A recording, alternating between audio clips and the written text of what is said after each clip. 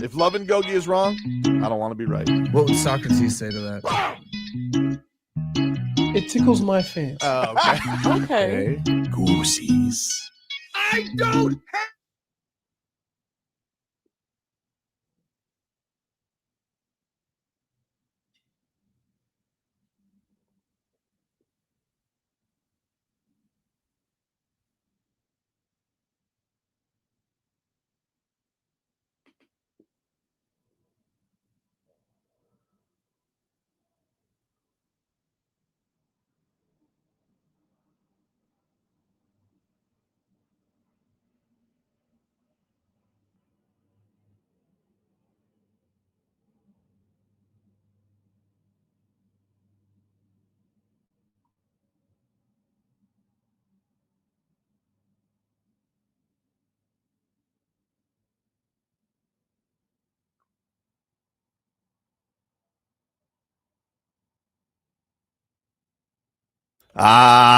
Morning, everybody. What's up? Tobin and Leroy here with you on FM 104.3 WQAM. Happy Monday, Leroy. Is it? No, it's not at all. Is it? Well, Because I mean, if we were strictly doing Panthers, yes. yes, but and the Canes, who mysteriously have only played like one game in a month, I need to at least get back to them. Yeah, man, I can't. All my teams lost this weekend, Yeah, well, and I mean, like, yikes! yikes. Michigan Yikes. got stomped. Oof. Cleveland never had a chance. Eh, Yeah. yeah, well, you stink. I mean, you know, that's the what do you want? You thought you were going to win that game? You thought you were going to beat Aaron Rodgers, huh? I saw that Jalen Ramsey has 2 more sacks than Zach Sealer this year. Yeah, that's crazy. And without calling somebody a fat cat, I'm gonna say this. Sometimes success on a football field is the cause and effect of everybody else doing their job. And we don't want to look at it that way because we think, hey, if this guy makes X amount of money, he's supposed to be that dude. Right? Yep. That becomes a little more difficult from the inside. And so I don't really jump on Zach Sealer because I know that he's playing next to a guy who's still learning his way. Who And also that means that more emphasis can be put on Zach Sealer, and that's something that he's probably never had to experience in his career. I'm sure it is nothing he's ever had to experience in his career. That doesn't change the fact that Kenneth Grant has 1.5 sacks and Zach Sealer has none. And Jalen Yeah. Ramsey has 2 sacks. And Jalen Ramsey got 2 sacks. Who was more right on the demise of this franchise than Jalen Ramsey? When he was just like, get I got somebody. me out of here. The guy, the cornerback, who was talking about bad about Miami the year before. Deshaun Elliott. Yeah, Deshaun Elliott. That guy. He was like the guy who saw the system storm coming, and Ramsey was like the guy sitting on the beach. He goes, I'm not staying around here for this news report. I'm out of here. Right. and like yesterday, it's just like, does it have to be such a kick in the junk? Right? Because it's like you get the lead. You know, I was already frustrated the second half. You get the lead back. And then you're just like, oh, they got him. No, intangibles. He won't stop. No, how did he shake that guy out of his shoes? Why won't the intangible stop running? That was a sad moment when 2 intangibles got away. Woof. That was like, what? I've never seen that before. It's pretty crazy because you play every football game knowing what your weaknesses are, and you pray that the game is not in balance with your weakness has to perform. Right? And so going into that last drive, saying to yourself, we need to get a stop. Right? It is like that in itself. And what I can't figure out How can so many guys be around the quarterback and none of these guys could sack him? Dude. Like, it's the craziest I don't thing, understand right? it.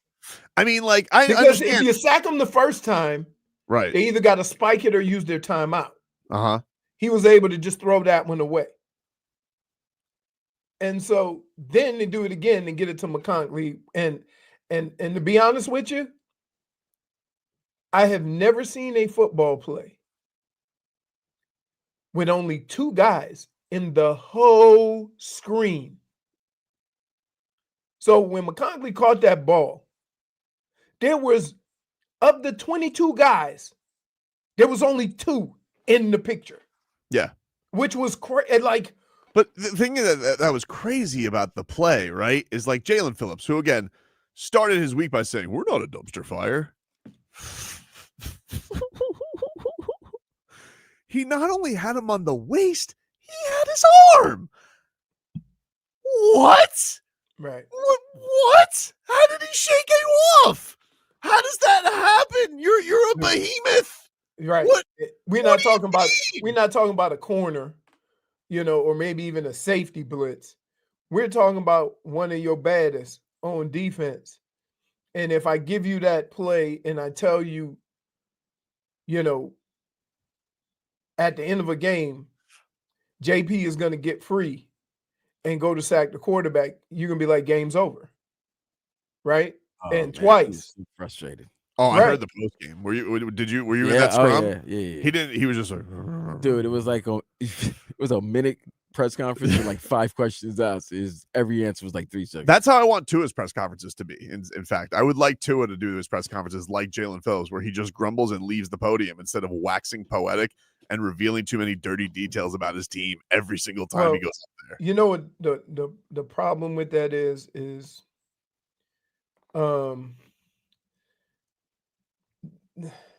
the players only meeting is not what you think.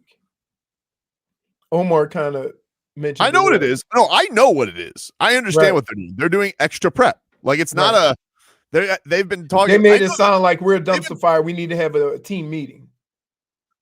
Well, that's what he does. But that's, he's yes, not clear. Because no, he's not. And he also didn't have to bring up anything. But that's the thing, is he's like, should I? Tua says an answer. This is a Tua press conference. So Tua says an answer, which is perfectly acceptable. And then he's like, should I stop talking or should I go for 30 more seconds and reveal something that has nothing to do with what I was asked? And he always chooses option B this year. Right. Like, I don't understand it. He has gone up there basically with a gasoline can every time he's around a microphone when he should have a fire extinguisher, but that's just not him. Because I heard 4 other players be asked something similar. I got a no comment. We got great captains. We got great leadership. What normal players say to keep everything under wraps. See, that was the problem. I didn't hear Tua's press conference until after we were in the locker room. So when I was asking these guys, like, what are you going to do to make sure you guys are not splintered 1-5? You're 1-5. They were like, we got great captains. Yeah. We got great leaders. So after you hear that, I was like, all right, cool. They still together. And you hear Tua's comments. It's like, whoa. What's going on here? Because I'm hearing 2 different answers. One from the quarterback, the face of the franchise, and then from the other players in the locker room. Yeah, well, that was wild. It was wild. And then Mike McDaniel's up there just being like, I don't know, my meetings are going good, baby. Everyone's showing up to my meetings. Well, yeah. So it's just like, hey, you know what? It's already been painful enough with how they've lost because they're such a bad team. Because one phase of the team for 2 of their losses or 3 of their one was a blowout. 2 of their losses, the defense put the offense in a position to win. They pooped the bed. 2 of their losses, the offense put the defense in a position. Just get us a stop and we win. And right. Every single time they've blown it. Right. And it's just like they're such a bad team. They are not a good team. And every time. And that's the starting point, because when you try to give any other explanation. If you start with that, everything else is just reaching. Yeah. You know what I mean? And that seems to be what the problem is. If you accept the fact that the strength of your team before the season started with is the worst in the NFL. Your strength is the worst in the NFL. Start there and then work your way through the rest of the team. And I don't know, to be honest with you, just looking at what it's going to take for a team to be successful. I'm not going to just say better, but to be successful and have some consistent production, you almost have to rip the scab off. Not necessarily with it. Here's the first thing I would do. I would go into Chris Grier's office and I would say this. You are not to make, if you're not going to say that, I would say this. Under no circumstance are you to make any more roster moves until, right? Like you're fired. You might as well. You might as well. You might as well. It's true. It's true. I just don't. The problem with that is if you do that now, you're not. Are you going to have somebody who's going to be able to come in and put the team in a different direction at this point in the season?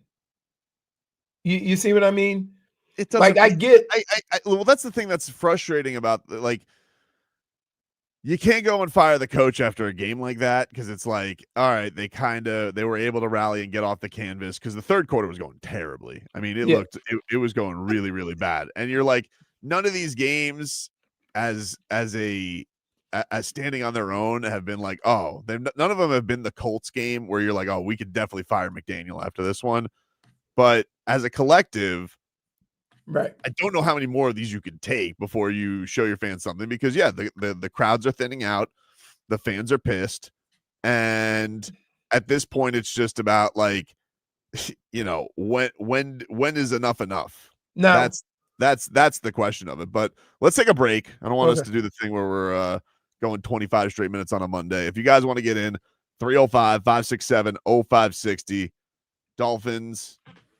Oof. They lose 29-27 to the Chargers. They're 1-5. Back after this.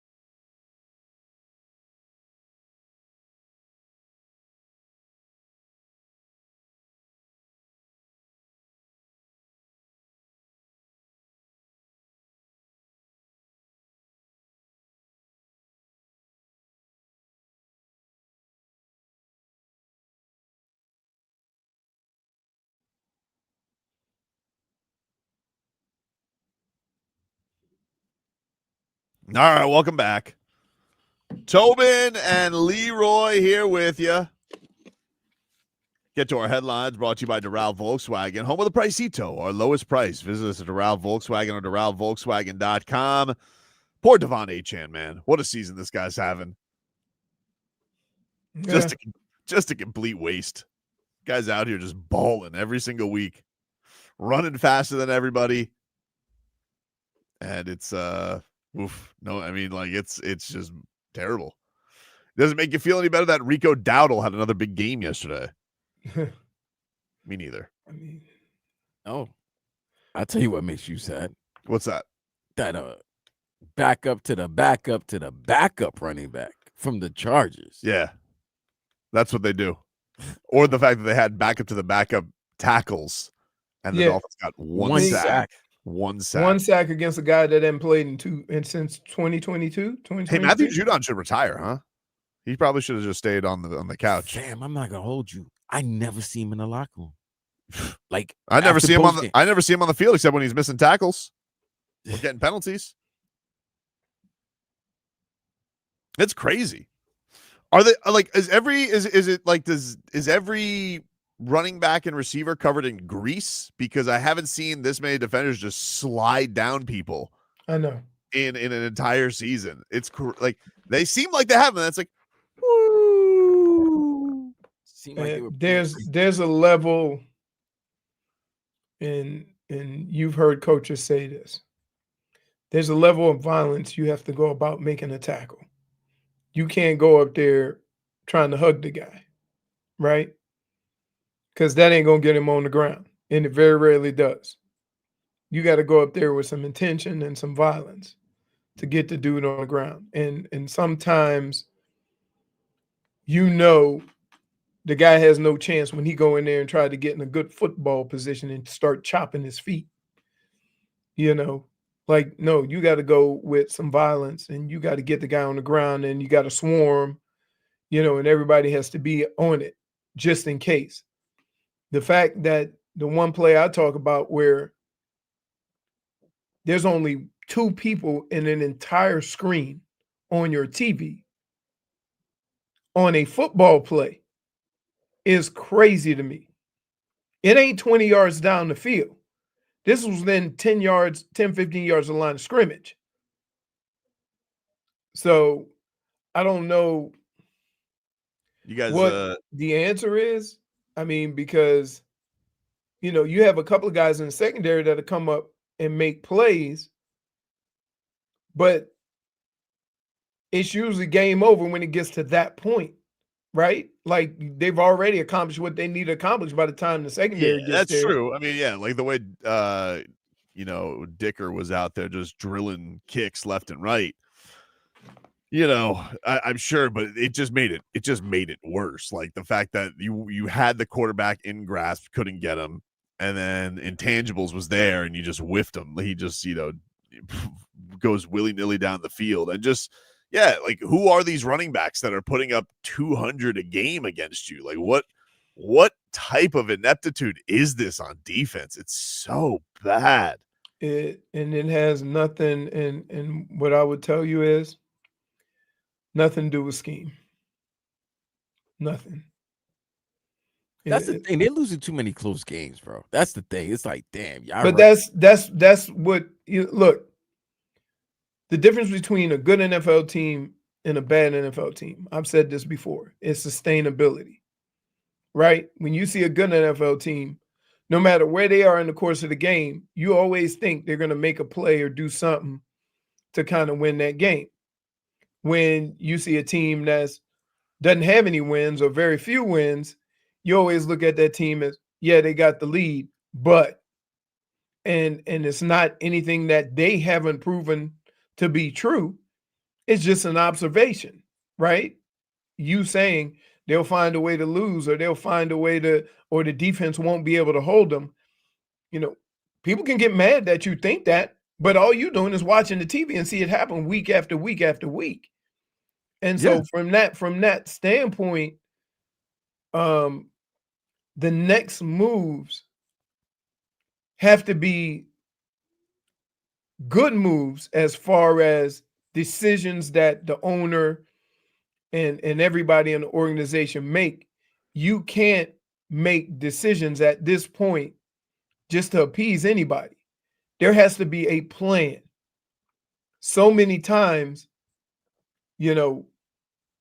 owners or front office people make a decision on a player or coach or whatever just to appease people.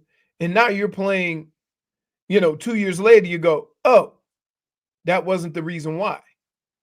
So these next decisions in the next couple of months or weeks or whatever have to come with a plan of what you're actually going to do to fix it.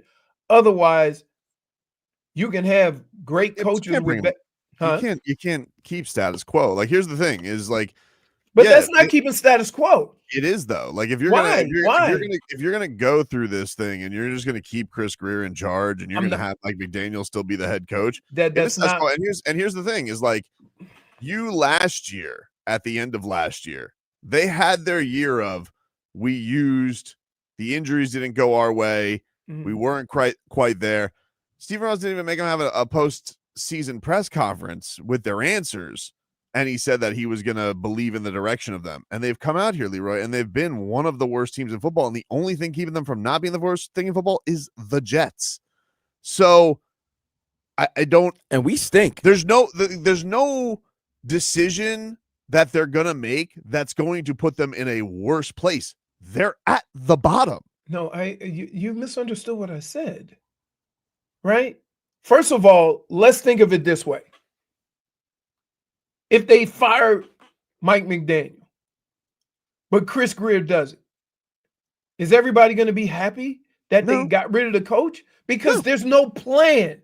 If you make a decision to take this route, you better have a plan, some foresight as to what you're going to do. You can't. One of the signs of a terrible organization is you make quick decisions and you have no answer, and you spend the next 2 or 3 years trying to figure it out after the fact. I understood completely what you were saying, but I don't think that either of those are good reasons for these guys to keep their job. No, I didn't. But I didn't say that. Like this, not knowing who the guy is. Like, anybody should keep their job. They should have more time than anybody to go figure out who it's going to be.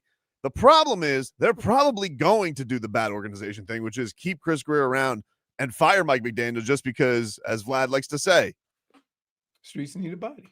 Streets need a body. So you're gonna throw him up there to the football fan gods, and you're still gonna be stuck with this bum picking people who have operation injury charts, and he's like, I think it can work out because that's how he goes about it. So no, they are a bad organization.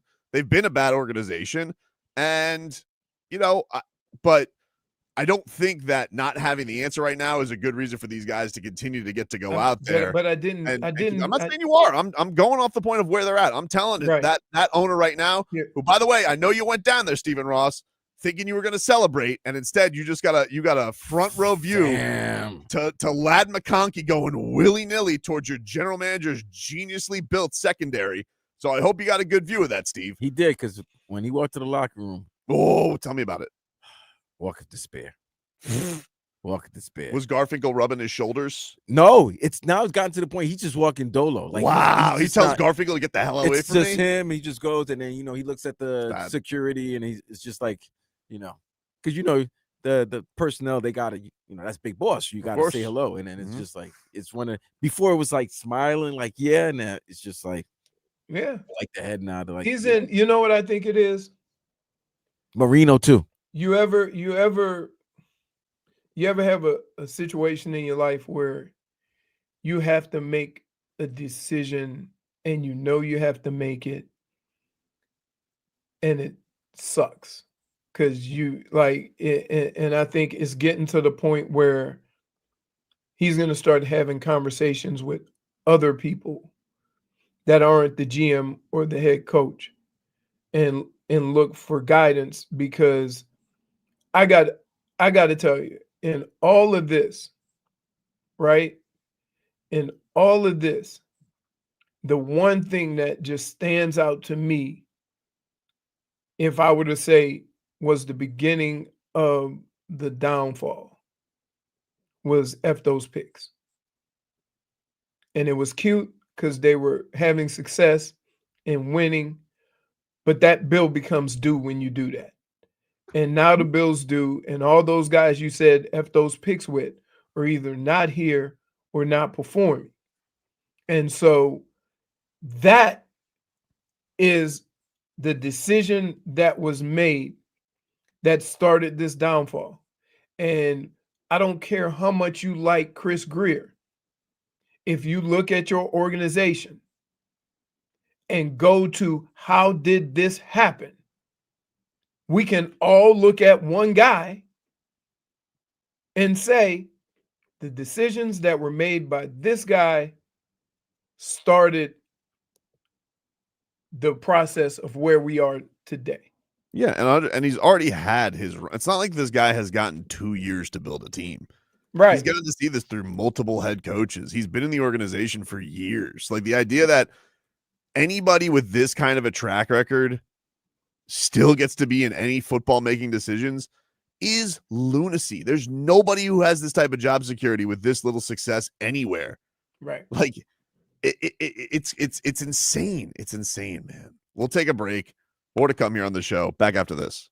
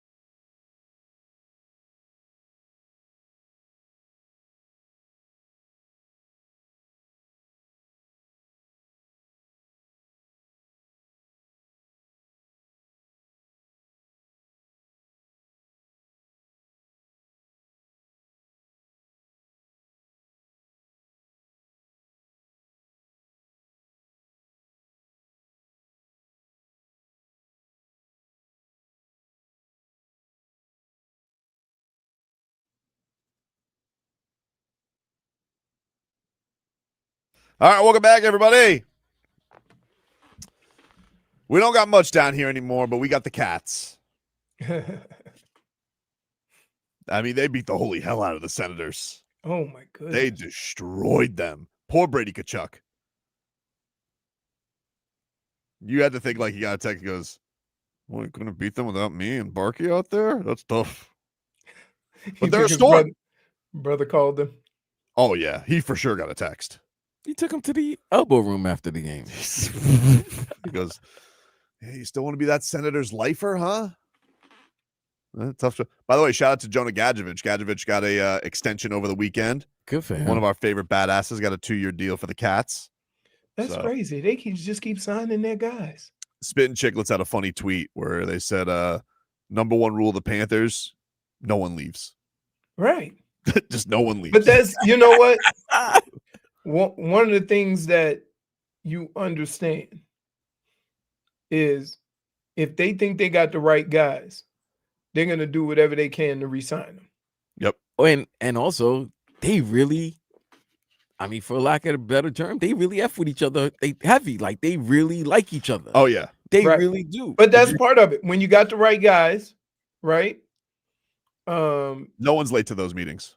You gotta they ain't no one's late to those meetings. I don't they think ain't meeting late if Sergei Bobby if Bobby's sets a meeting up, you're not gonna be late. No, to you would never be late to a Sergei Bobrovsky meting. Hell no. You there 30 minutes early. Did you guys see this was on social media, it wasn't on our broadcast, but on Sportsnet, Brad Marchand was getting interviewed between periods. And who walks into the background of his interview but Alexander Barkov? Which, by the way, you can see he's holding the brace right there, which he's like, brace. It's for soft people. But then he tries to do the Homer Simpson where he walks into the interview and then he's like, oh, no. And so, like, he scoots back. He's like, it's like, we saw. Damage is done, Barky. We saw you. He has that like innocent, sinister look, right? Yeah. Like he looks like, hey, I'm nothing to see here. I'm not doing nothing. He's like, oh man, they just caught me without the brace. Damn it. He kind of looked exactly when Tobin asked him that question. And he goes, I don't remember. I don't recall. Yeah. I don't recall. But Marcia, I mean, what a start for Brad, man. This it's like, what's awesome about ridiculous what he's doing? He understands what needs to be done, because it's not like this wasn't possible last year, but that wasn't his role. And now he says, you know what? I got to be that guy. And that's what he's doing. It's incredible. It's really cool to see. That's just Marchie, man. That's just been him. We just seen it on the other side because he was hated him so much. Now that he's good. Come on, man. He's really good. It's like he's found a fountain of youth down here all of a sudden. I wouldn't disagree with that. Hey, what gives you energy? The Stanley Cup. Good weather. The Stanley Cup. Good weather. And the good weather. And just an extension. An extension. All of that stuff. He's just happy. Everybody's not so fast, my friends. To quote the great Lee Corso. There's been people who've gotten contracts. They haven't been playing so well. So getting a contract. Oh, you mean down here? Yeah, down here, yeah. Team? Yeah, fat cats. There's been some fat cats. We talked about one early in the first segment. He is such a lean cat right now. He's just all of them. He's just prancing around, looking good. Let's hear from Jay. Hey, Jay. How y'all doing today, man? What's happening? You? Yeah, chill. Man, chill. I'm terrible right now, but yeah. I'm sorry. Yeah, I was calling. I think it's time for everybody to go. Like it's time to just clean house with everybody. But my number one thing that I always call y'all about is Tua, and my thing with him is just like yesterday. It wasn't even about his play. It was the post-game press conference. Like, I feel like some of the time he a little too honest. It's like, all of us, most of us on this are married. And, it's some honest thing that you could tell your wife. But some stuff you keep to yourself. It's everything. She don't need to know everything. She don't need to know all the truth. And I think he just honest to a fault that I feel like now your players look like, if you look at it from the beginning, the Dolphins have basically since Flo left, they have catered to Tua. They built everything around him.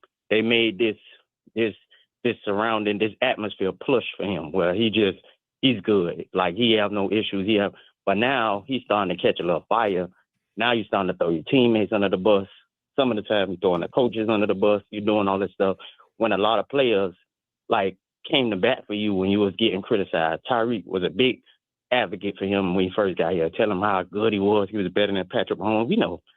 We all ain't believe that, but he did it to hype his guy up. That's his guy. Like, I'm going to hype you up. I'm going to do this stuff. So now that the team is going through this, now you get into a point where I'm feeling like you now throwing everybody under the bus. Like, it's looking like, well, if they do, when I'm looking at the play, Leroy, talks about Tua with the arm strength. The part that bothered me with Tua is when we have opportunities to score, the play to Waddle, when Waddle juggled the ball out of bounds, like literally it was no safety in the middle. If he throw the ball towards the end zone, Waddle walk in the end zone. But he made Waddle do something extra by turning his head the way and made that catch more difficult than it needed to be. So I think just overall the team is terrible, but I think the problem I have with him is that now that we're 1-5, now it seems like you're trying to separate yourself from everybody. Like you separate yourself from the team. Like, well, guys need to be leaders. And yeah, you put in a distraction where it doesn't need to be there. But, It's like, when he talks about leaders, he's including himself. I don't think he is, No, though. I know It doesn't feel like when that. you listen to the comments, he's talking about leaders. He's including himself. He's not saying I'm excluded from this. But it doesn't feel like that. He's not one of the late ones. He's not one of the late ones when he talk about being late. I'm sure he's not talking about himself. He's talking about other guys being late. I'm sure he's not, well, I be late too. That's not what he's saying. He's saying that guys be late, guys don't come. That had nothing to do with whatever they asked you. You went off on a tangent about something that didn't have nothing to do with the question.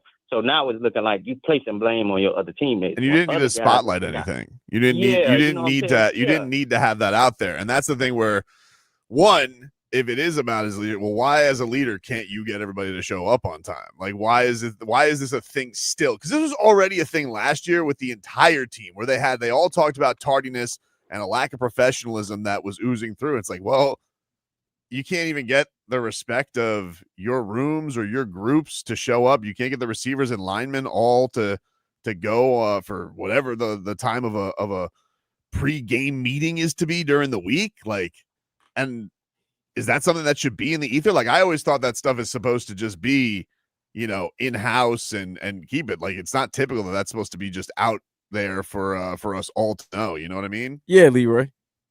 Is that supposed to be out there? That sounds like a deflector, doesn't it? Like somebody's trying to deflect blame. I don't think when Tua talks about leadership, I do think he's talking about himself also.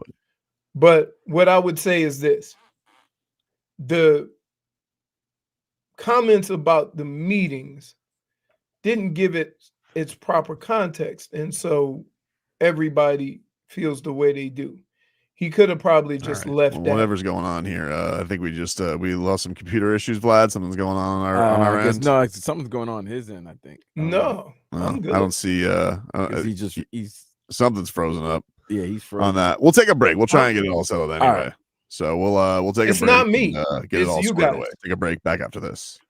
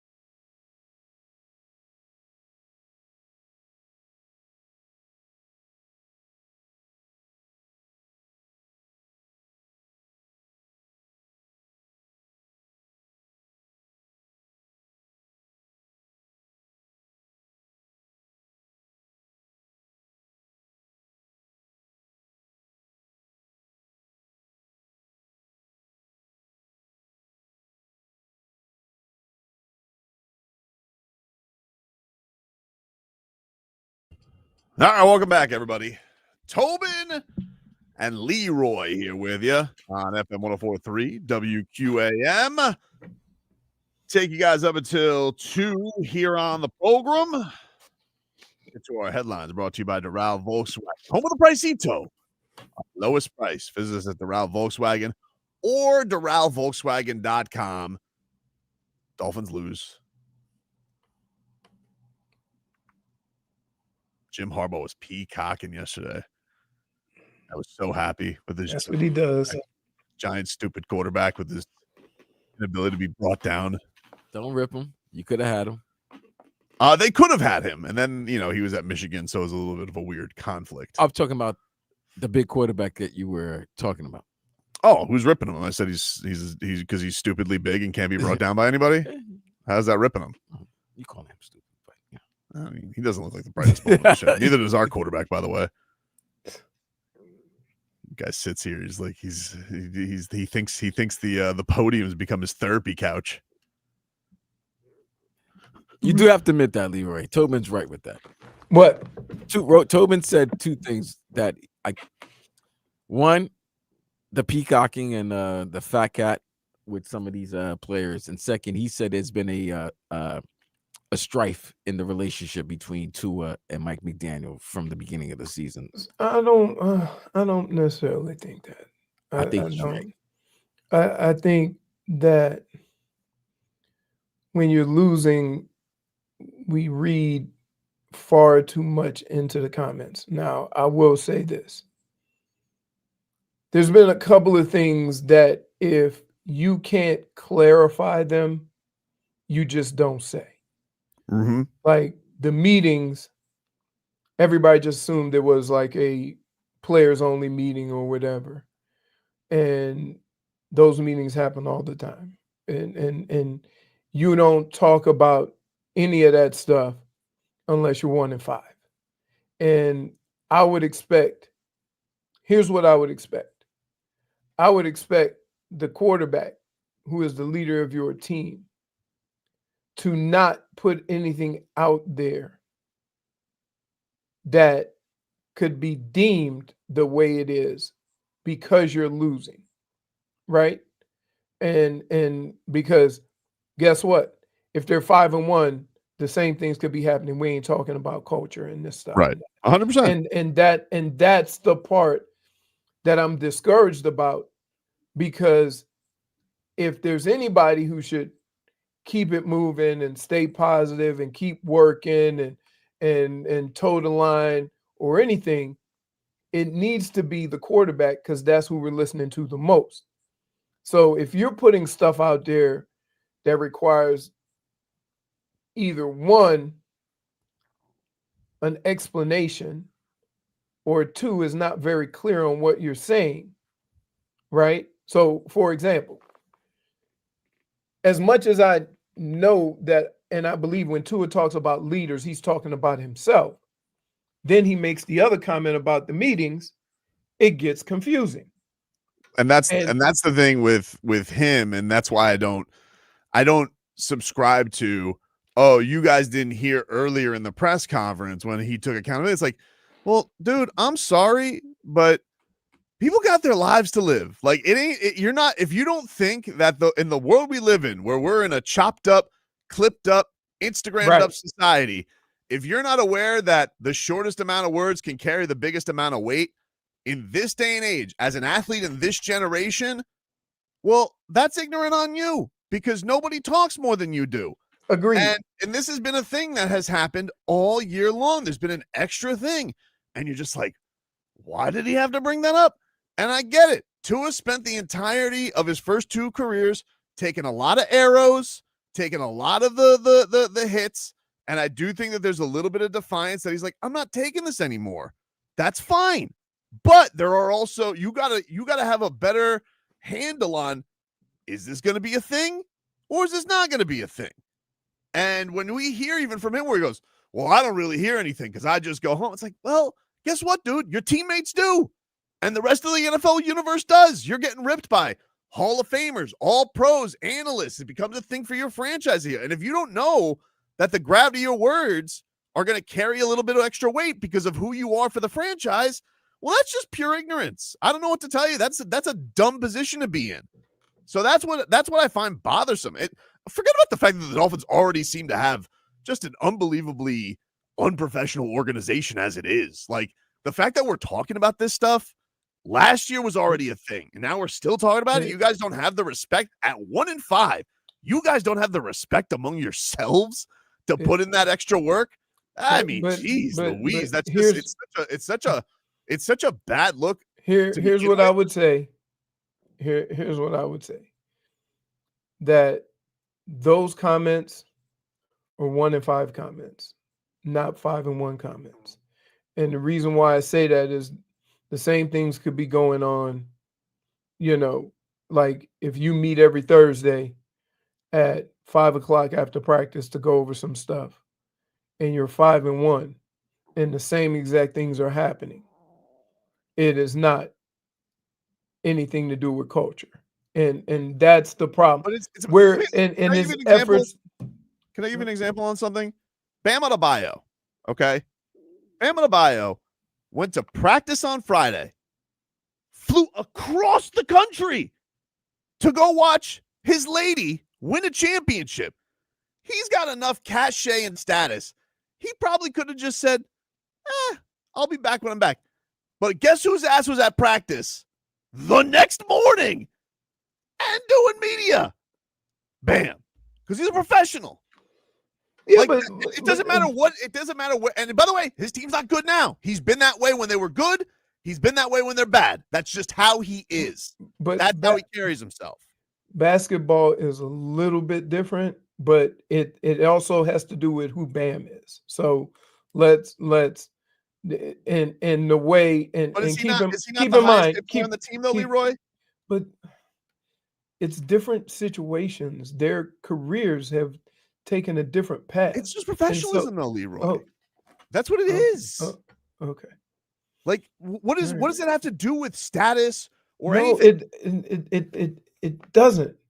But different people who come through the system or whatever system they come through in different situations, it almost seemed like the day that Bam got to Miami, he was groomed for this spot. We heard from Zoe, we heard from everybody in that organization that this was going to be his team and he was being groomed for it with the people around him. Okay? So he handles himself accordingly. That's not necessarily the case in football. I won't just say on this team. It's a little bit different. And so from that standpoint, he can do things differently. He can. But a lot of this stuff you're hearing from everybody, including us, including all the talking heads, is 1-5. And that's how comments are around 1-5. Yeah, and you can say it's professionalism or not. It's 1-5. I understand that, but that's the thing is, like, when you're 1-5, everybody else in the locker room knows we're good. Captain's got us. No comment. Quick on it. He just wants to keep going. And whether that's and I don't know what that is. I don't know if that's just because we know Tua's very honest. But this didn't feel like honesty. This kind of felt like, let me also tell you what's going on here to kind of get the stink off of me, turning the ball over left and right. So and here's the other thing we do. All right. We just look at the mistakes and not put them in the context. He had one. Has he had a good year? No, okay, but we're I'm not talking. I know. Yes, one interception didn't matter because at the end of the game, and the other one was in Waddle's hands. By the way, the other one was probably at the most critical point of the game, where he swung the momentum of the game to the Chargers. So he had a pick 3. And he almost got picked off again. Do we get to talk about that? Yeah. Okay. I know. But the pick that he had, very critical. So let's talk about meetings. What's up, Mo Skrilla? Here we go again. Hey, good morning, gentlemen. Hello. Good morning. I've been a Dolphins fan for a long time. When they're at the Orange Bowl, when they put Joe Robbie in my city, Carol City, and the Marlins and the Panthers came. Everybody don't came behind the Dolphins and don't want a chip. You know, it started to get real frustrating. You know what I'm saying? I'm not gonna blame the players no more. I'm through with that. You know, Tua probably got about 10 interceptions already, but I don't know. Leadership, the owner, you know, Stephen Ross. You did good with everything around the stadium. Yes, we love everything around the stadium, but it's time for you to sell the Dolphins. Sell. Call the main man. You want him to call the main man? Anthony Caliendo? Yeah, the main man. Yeah, to flip commercial. To flip the business, or do you want the main man to buy the Dolphins? I mean, he could flip the business. Hey, if Stephen Ross wanted to sell the team, you ain't got to worry about getting help. Yes. But I know one thing I don't want to say. I know Leo don't want to hear this, but it's time to tank for Mendoza. Tank for Mendoza. Get Tua out of there, and let's tank for Mendoza, man. Indiana quarterback. He's a hometown guy from Columbus High School, wherever he's from. But he's doing great. Let's just move on, man. Get everybody out of there and just move on, man. Let's just start all over and just break it on down and start all over, man. I'm through with it. All right. See you, Mo Skrilla. I would say it was a good job by Indiana this week, though, in the Kel'el Ware Bowl. Oh, goodness. I would say that changing ownership is not going to matter unless Stephen Ross comes out and says, as long as I'm the owner, Chris Grier is going to be here. Oof. See what I'm saying? Then you can have, but at some point, even an owner who has been an excellent businessman throughout his career, even he walks into a room and looks at what's going on and has to say, well, what the hell are we doing? I definitely think that last year, because he didn't open up the purse strings as much this year, like didn't restructure as many contracts. I definitely think that he put them in a, hey, I paid you guys already. Like, go figure it out this year. I think even he had to come into this year. So with and if you think about that, it's getting to that point. Now, I would say this about Chris Grier. If he had just kept everybody he drafted, this team would be better. He's always reacting, though. He doesn't have any foresight. Right, but that's my point. That's my point, that he is the only GM in a long time that I have seen to actually draft decent players and then can't afford them. So when we go to your draft record and see who's on the team, nobody's on the damn team, right? You've given away so many first rounders for guys who are either not playing or not playing as well as the first round guy you could have drafted. Right. And here's the kicker. In all championship teams or contenders, you have probably 4 or 5 guys who are young that are playing for cheap. You can't afford to pay every single position. You got to be able to draft and have cheap labor. And the fact of the matter is, he tried to go out and buy all of the labor to the point where he couldn't afford his cheap labor. So it's been building. And I think that if Stephen Ross were to look back and see the path that they've taken, and now you're forced to play guys who may not be ready to play. That is a bad job. However you want to put it, it's a bad job because this could have been done 2 years ago. When you say, no, we're going to build through the draft. No, we got to go a different route. But you waited until it was absolutely a dumpster fire to come to the conclusion we can't keep going and giving up draft picks for free agents. It's too late. That Jonah's taking a beating. Oh, dude, look, Oof. there is, you know what the worst feeling for a quarterback is?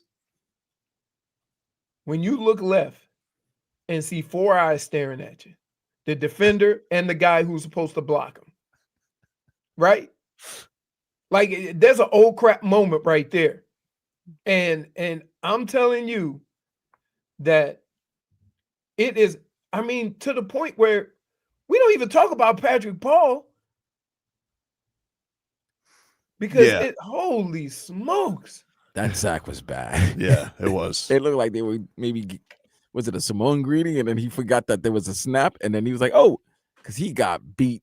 Like by the time he turned around, two was already on the ground. Pretty wild, man. Let's go to Sean. Hello, Sean.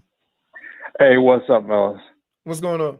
Hey, I want to say something real quick here. You know, Tua, not only can he not read coverages, he can't read a room, and he's a snitch. Okay, this reminds me of when Kobe Bryant outed Shaquille O'Neal. Maybe I should just pay it off the girls. But anyway, you know, does he think he's going to get any respect from any team or teammate that comes to join that team? I wouldn't want to play for him.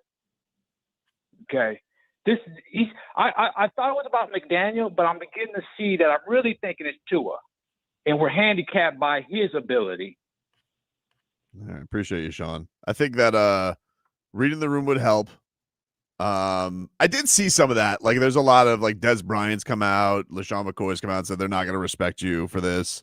Kurt Warner was like, you're telling on yourself in this case. You should be, no deflecting of blame. Yeah, he's not getting a lot of grace with these comments. Right. It is but look, I agree with you, Leroy. The loss and the losses piling up make this all worse. That's why you need him in that position to not give any other meat to the piranhas, dude. No, I listen. Unless we're walking, of course, into a Las Vegas aquarium. Then here's what I would say. There is no excuse for some of the explanations and how he's going about it, because the fact of the matter is 1-5 sucks, and you're tired of looking for answers when we already know what the damn answers are, right?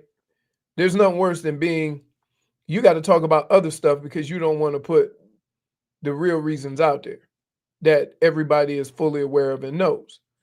And so you sometimes get yourself in a little trouble because you're trying to be so honest. All that being said, I would say the reason why they're 1-5 is not because of Tua.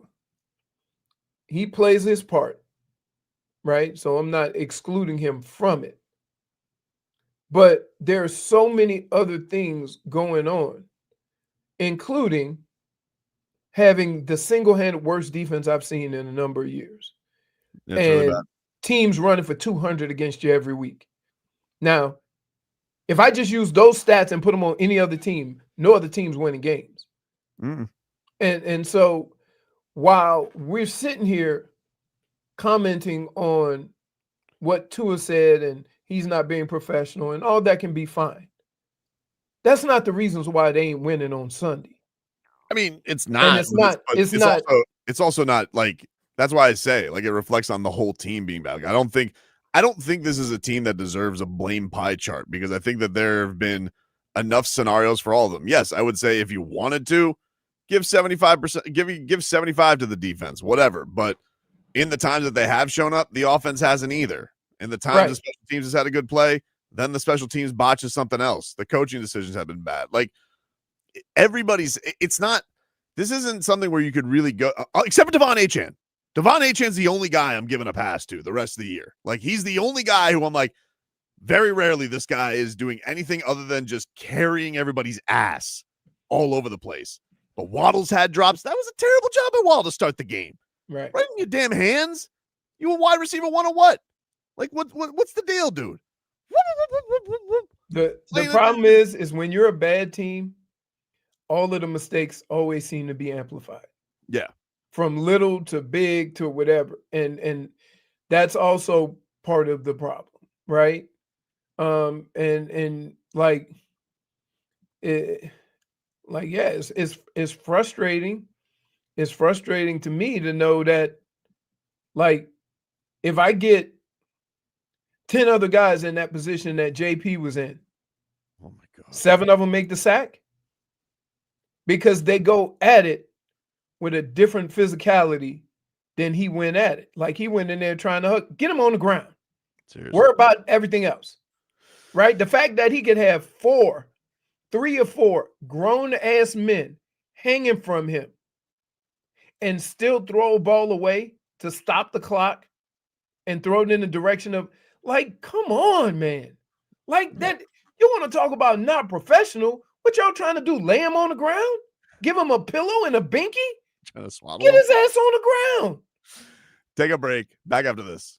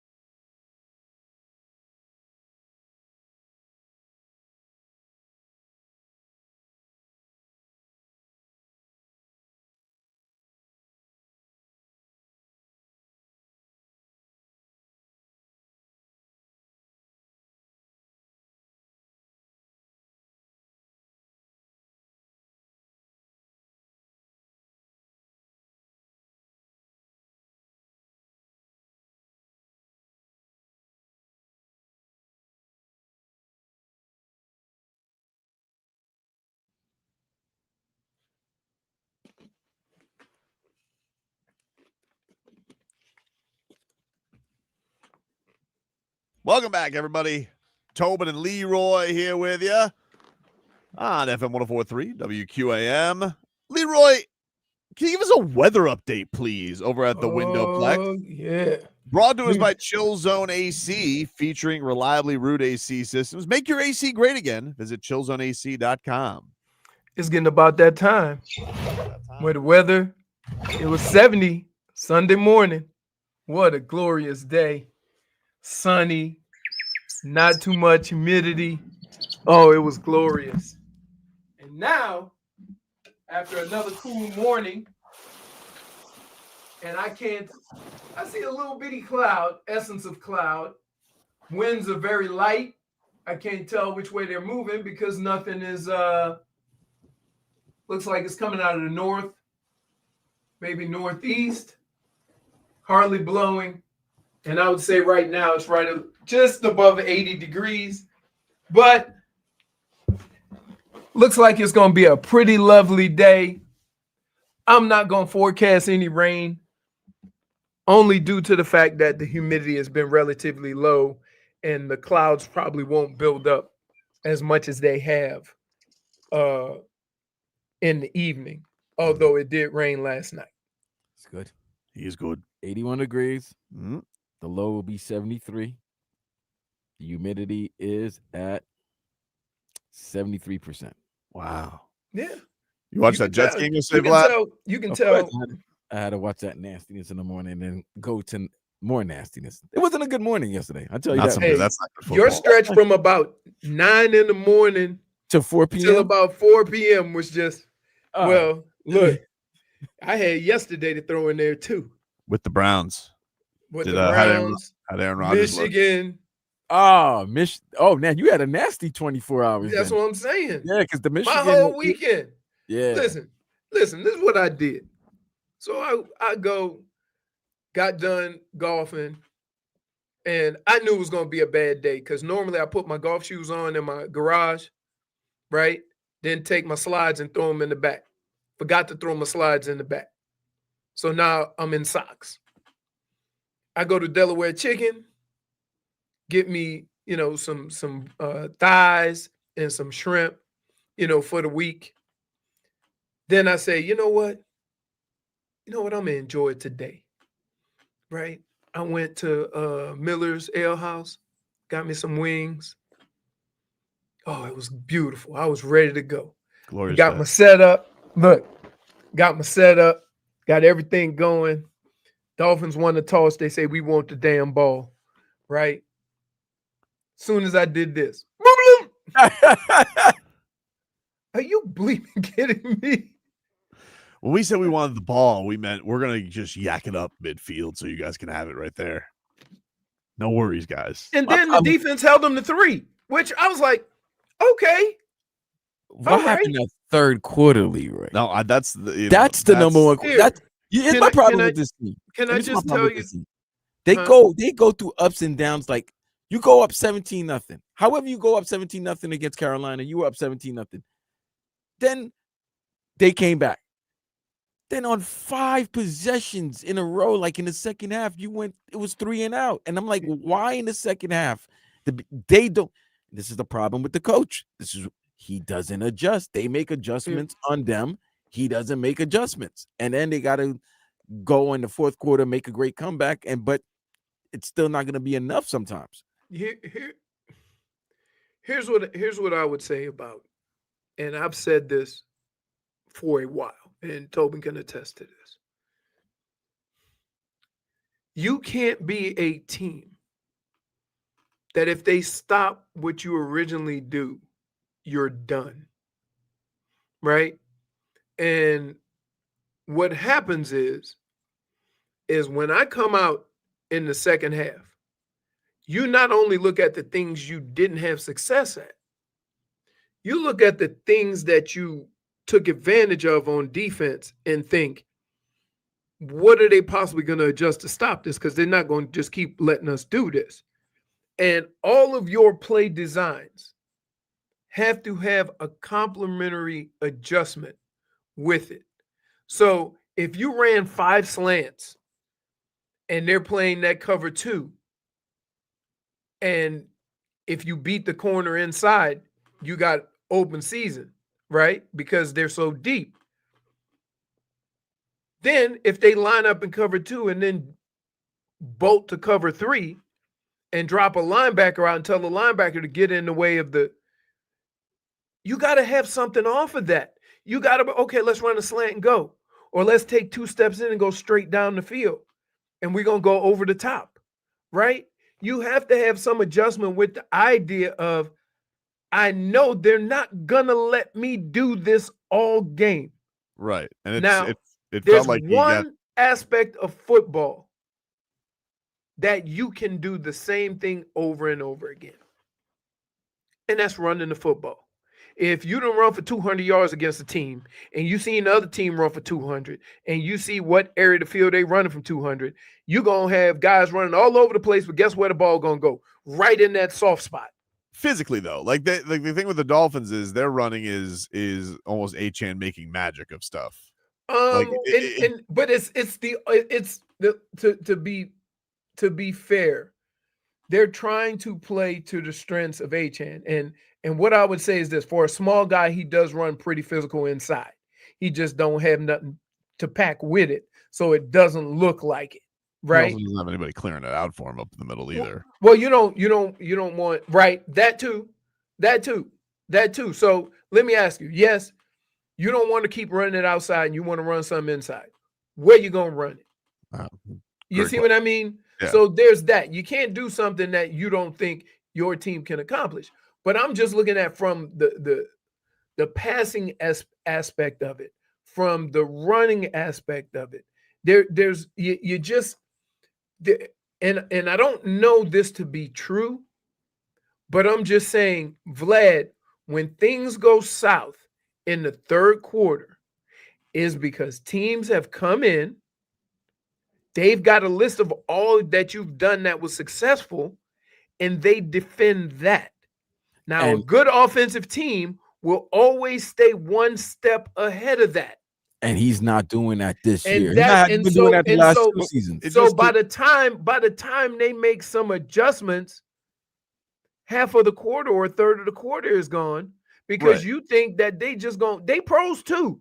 Well, they're going to let you keep doing the same thing. They just say, you know what? They go into halftime and say, you could beat us with anything else. You ain't going to beat us with what you beat us with in the first half. But that's what happened in the third quarter is like he went to the Achane well so many times. He's having Achane go out, run routes, Achane on the sweep. And it's like they figured it out. And it's the same thing that happened in Buffalo when they were throwing in the fourth quarter to Jalen Waddle. That's why the linebacker knew, you're going to Waddle right here. Right. And that's why the fourth quarter, like the go-ahead drive was a great drive. Like you're mixing Julian Hill in there. You're throwing some different things, some different wrinkles. It's just like, why does it just took like how many punches in the face did it You want me to tell you why? Part of the reason is, and I hate to do this, but you almost tie your quarterback hands for whatever reason when you throw those little quick bubble screens, right? Because if you run 3 of those in a series and then it becomes 3rd and 8, now you want him to play quarterback because those little bubble screens is not playing quarterback. Hell, I just saw Detroit Lions run a bubble screen and they switched the quarterback and the damn running back. Anybody could do it. So if you got to give your quarterback a chance. Now, some would say he's not talented enough to give that chance. But I would say to you that I've seen him make some throws and some decisions that are not just based on reading a defense. But he doesn't do it consistently. If he throws 30 passes, it seems like 10 of those passes are just the bubble screens or the quick flips or whatever. So now you ask him to play quarterback for 20 plays. And a lot of those times it's 3rd and long. Were you nervous on the Waddle toss across to Achane? Yes. I was like, oh, Jim. So I get it. And sometimes when you watch them play offense, it just looks like structurally it looks so good, right? But then it's almost like, hey, let's run those same 5 plays again. Hey, can I ask you a question? As a Mm. football player, is there anything more exhausting than Jalen Waddle reversing the entire field to lose to lose 4 yards? Because he was gonna gain yards, then he goes, watch this, and then nothing happened. He just ran all the way and no gain. Like, that has to be the most exhausting thing. Is like, I'm gonna run all of here and nothing happened. There was no payoff. When I see a player do that, you know what I start thinking? Thank God my route is over here.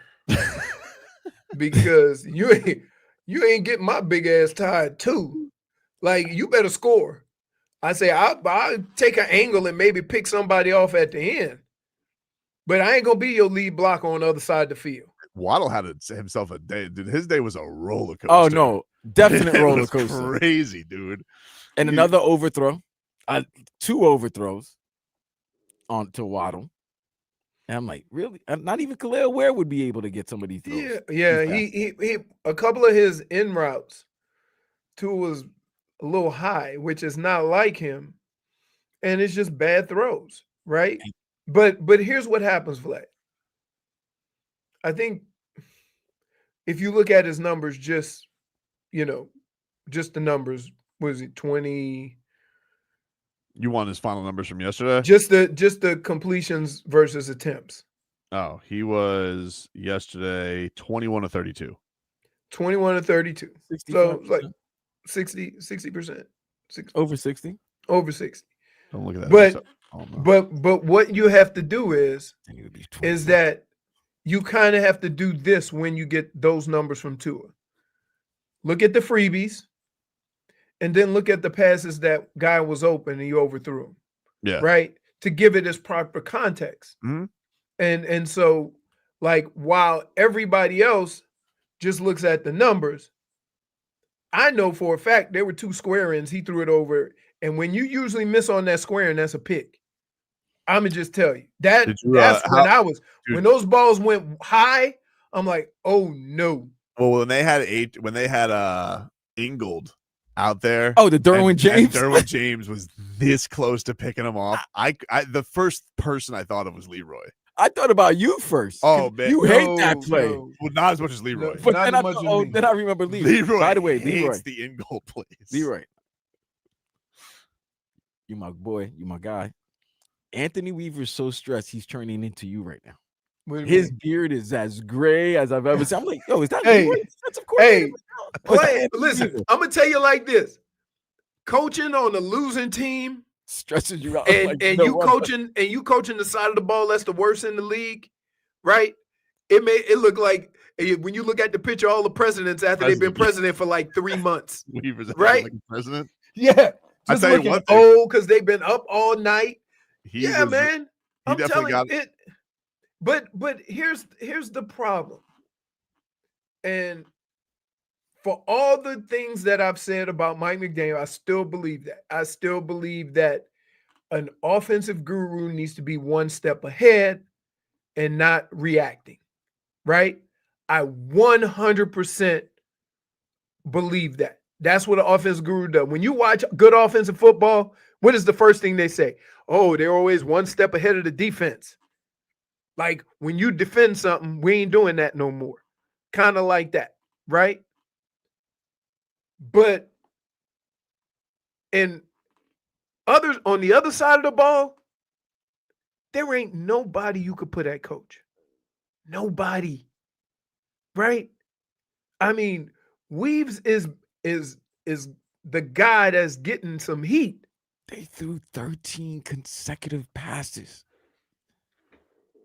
when they could have ran the ball. That's how bad your defense is. They were just doing whatever you want. Your secondary was bad. But so a lot of that. 13 passes in a row. I'm gonna tell you something about that offense. A lot of it is run pass check. So they just basically going on looks.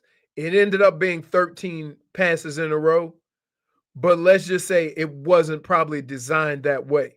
And keep in mind, here's why you have a game plan like that. You ready? You play a team that just gave up 200 plus yards rushing to one guy. the backup, right? What do you think their attitude going to be moving in the next week? I wonder who the Browns backup is. Stop the run, right? Oh, they got a good running back. Junkins. Yeah. All right, we got to take a break. Leroy will hand out his game balls and game bums next. Game bums and game bums.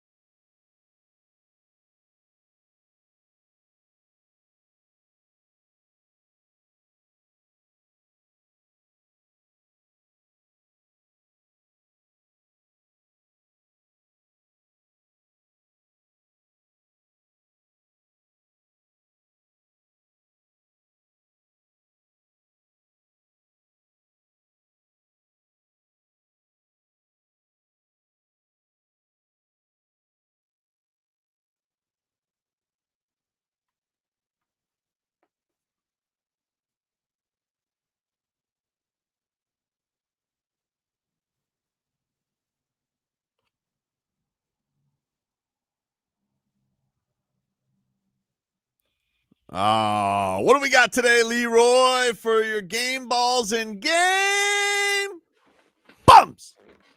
All right. So I'm gonna give my game ball. This Indiana team.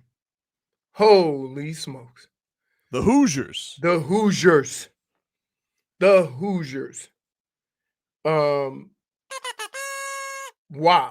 I watched that game and I'm gonna be honest with you, and maybe it's from my own past situations with Indiana, because I've seen Indiana start off a season 6-0, 5-0, and then they get into the Big Ten schedule and their final record is 7-5, 8-4, something like that. They're good. Like, they are good. So kudos to them. Besides the quarterback, like it doesn't compute, right? We're so used to the powerhouses, the Michigans, the Penn States, that Indiana, Indiana being good doesn't compute, but Especially they when are you a only really point. good football team. Nope. I mean, my game bum. Yep. Bum. I don't know who to give it to, so I'm gonna give it to a situation. Oh, come on. You've got many. Well, I'm gonna tell you, when I explain, when I explain it, you're gonna understand why. All right. James Franklin got fired. Yeah. deservedly. And it was it? I don't know if you know my James Franklin take. But I'm just saying, like, here, let me put it this way. What is required of a college football coach nowadays? I don't understand. He's having a bad year. They're having a bad year. It hurts more because they were ranked second. And of course, so the expectations of what they were supposed to be by being ranked second, it is also going to add to this. But I mean, he's not like what the last 4 years he's had 10 plus wins. He can't beat Ohio State or Michigan. There's the answer. But Vlad, what part of that is coaching and what part of that is you're not good enough? You're talking about teams that won the national championship too. After 8 years, if you keep on doing the same old, there might just be a new voice that just need to be heard. You think the team would be better? Leroy, didn't they lose to a winless team? They lost to UCLA. No, I'm saying this year. This year was bad. I clarified that. I put that out there. Here's the thing. You're coming off a successful season last year. Right. Where you actually, even though you lost, here's the thing. The college football playoff picture, guys, was going to be his safe haven. That's why I respect Penn State for doing what they're doing, because he's automatically going to win 10 games with the talent that he gets. He just loses the big games against Michigan, Ohio State, or right now Oregon. So if you can't beat the big teams and you're supposed to be a big name, and you can't beat the teams over and over and over and over, maybe it's time for you to go. And I'm not hurting him. He got $49 million. I'm not hurting for him. I'm not talking about money here. I get it. He don't care, right? He's gonna be fine. He's probably gonna get another coaching job, right? Wait. But what I'm saying is this: at what point do you have to look at your team and say our team isn't as good as those teams? Every year, though, then Leroy, how many years am I? But how many? There's only one team winning national championship. Should the other 135 be thinking the same thing? Last year, you never got to the playoffs. And the reason why you got in the playoffs because they added more teams because they know they get more revenue.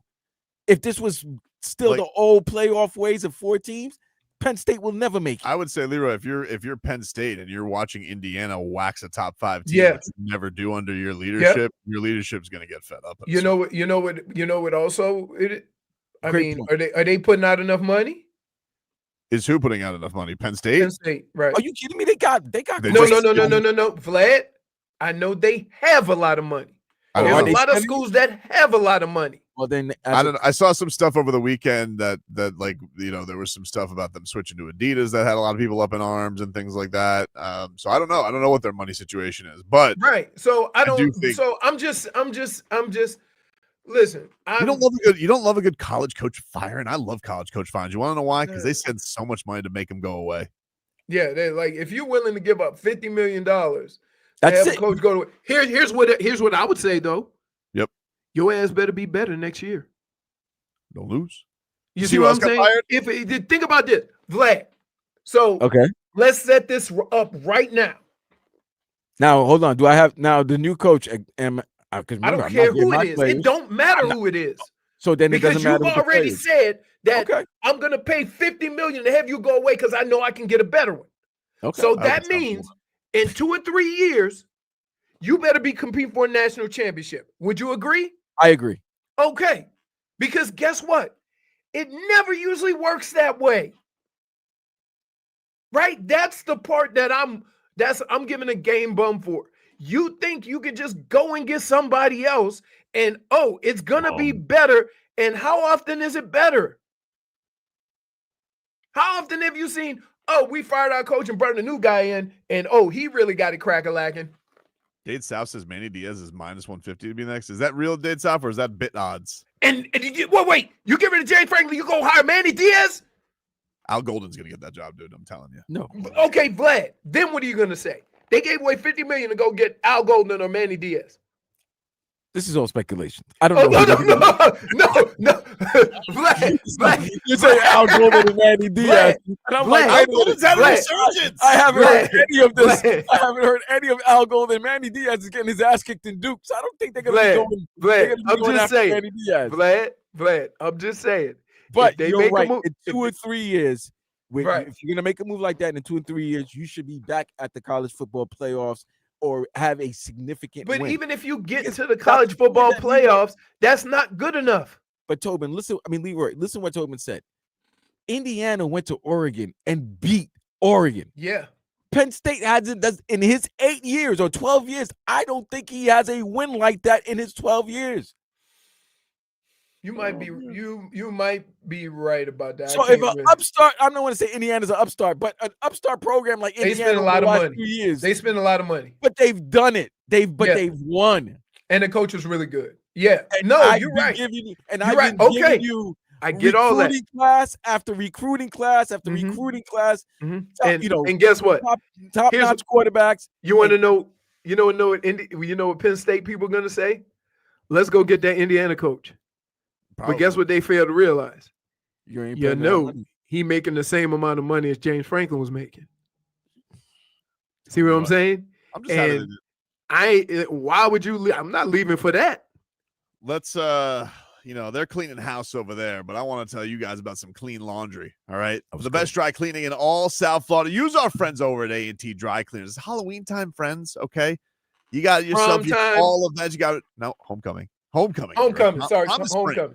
Been a while. You got those formals. You got those autumn weddings going on. Maybe you got one of them Halloween masquerades. I don't know.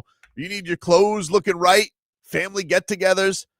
Use our friends over at A&T Dry Cleaners. You can call or text our anytime. 954-610-9383. That's 954-610-9383, Leroy. Yep. They've been around for 40 years, and they can do same-day sewing. Please give Ara a call so we can let you know what needs to be done. Mama Ara is the seamstress, so you're going to go get that good family care with all your clothes. They service all of South Florida. Dade, Broward, and Southern Palm Beach County, and they can pick up and drop off your order. Ara's a fan of the show, and guess what? If you mention Tobin and Leroy, you get 25% off. 25% off your order, so you get good care, quick treatment. Give Ara a call, 954-610-9383. And once you use A&T Dry Cleaners, you'll never launder your own clothes again.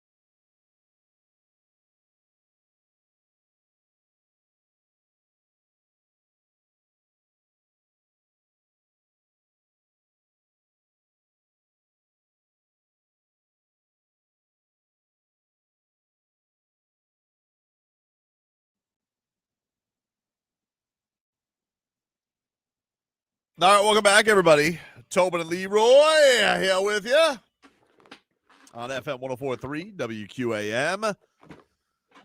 Take you guys up until 2. Miami Dolphins lose again. Licking our wounds. They drop to a cool 1-5 on the season. These headlines are brought to you by Doral Volkswagen, home of the Pricito, our lowest price. Visit us at Doral Volkswagen or DoralVolkswagen.com. 29-27 was your final score yesterday. Eesh. Larry Csonka, my favorite follow on Twitter. He writes, "Don't know what to say. I keep watching, hoping. I see talent and even some good moments of execution. But we're inconsistent, which boils down to rehearsal. I can hear Coach Shula repeating, quote, 'We don't practice until we get it right. We practice till we can't get it wrong.'" Hashtag fins up, dolphin emoji. Well, Hashtag LAC versus MIA. One problem with that is that team was laced with Hall of Famers and with Super Bowl champs, right? So there was a different level of talent on that team. Like, I don't think that it's a situation of guys don't know where to be, right? Like, we see the pass rush.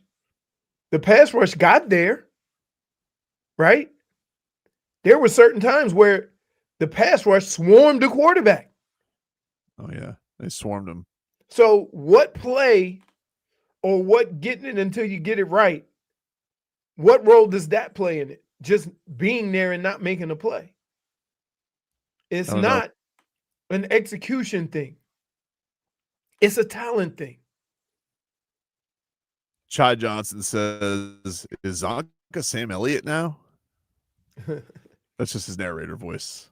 That's how I imagine Zonk sounding. I know we've had him on the show plenty of times, but I always picture him sounding like this, which is also my Zach Sealer. But Zach Sealer doesn't get that voice right now because he doesn't have a sack. Did the kids still want to see Zach Sealer? They said, "Nah, we good." I don't know. They, Hard to they're say. at the barn. Hard to say. This Tua thing has gotten so crazy. You have former Dolphins practice squatters coming out of the woodwork to tell us to snitch on Tua. Yeah. A person named Deshaun Hamilton, who apparently was a Dolphin for 17 days, tweets out, "This dude, the starting quarterback, was late to the first team meeting during my 3 seconds on the Dolphins. Everything was all cool in there." Yo, he said he's wait, say that again. He was late for the team's meeting in his 3 seconds that he was there. You I was barely at the Dolphins, and he's like, Tua was late back then. Hey, this is like Houdini. The freaks come out at night, right? Everybody coming out of the woodworks, right? Now, I'm going to say this. We owe people It's not amazing that he said that. It's amazing that 3 seconds in the league made him feel like he could say that, right?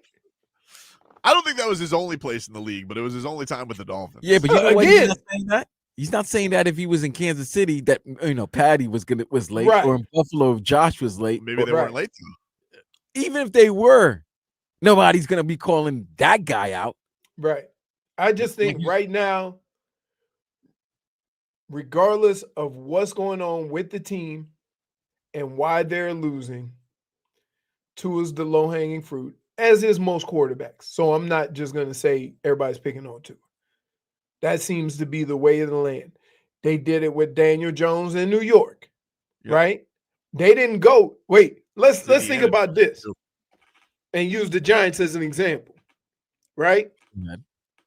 They ain't mentioned that you got rid of a Hall of Fame running back and thus got rid of some of the coverage that your quarterback had, which is a lot of quarterbacks have that coverage. They arrogantly got rid of a run. Right.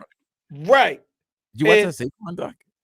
No, but I watched Hard Knocks off season. If you watch it, it delves really into the situation, and you kind of understand it more from Saquon's side.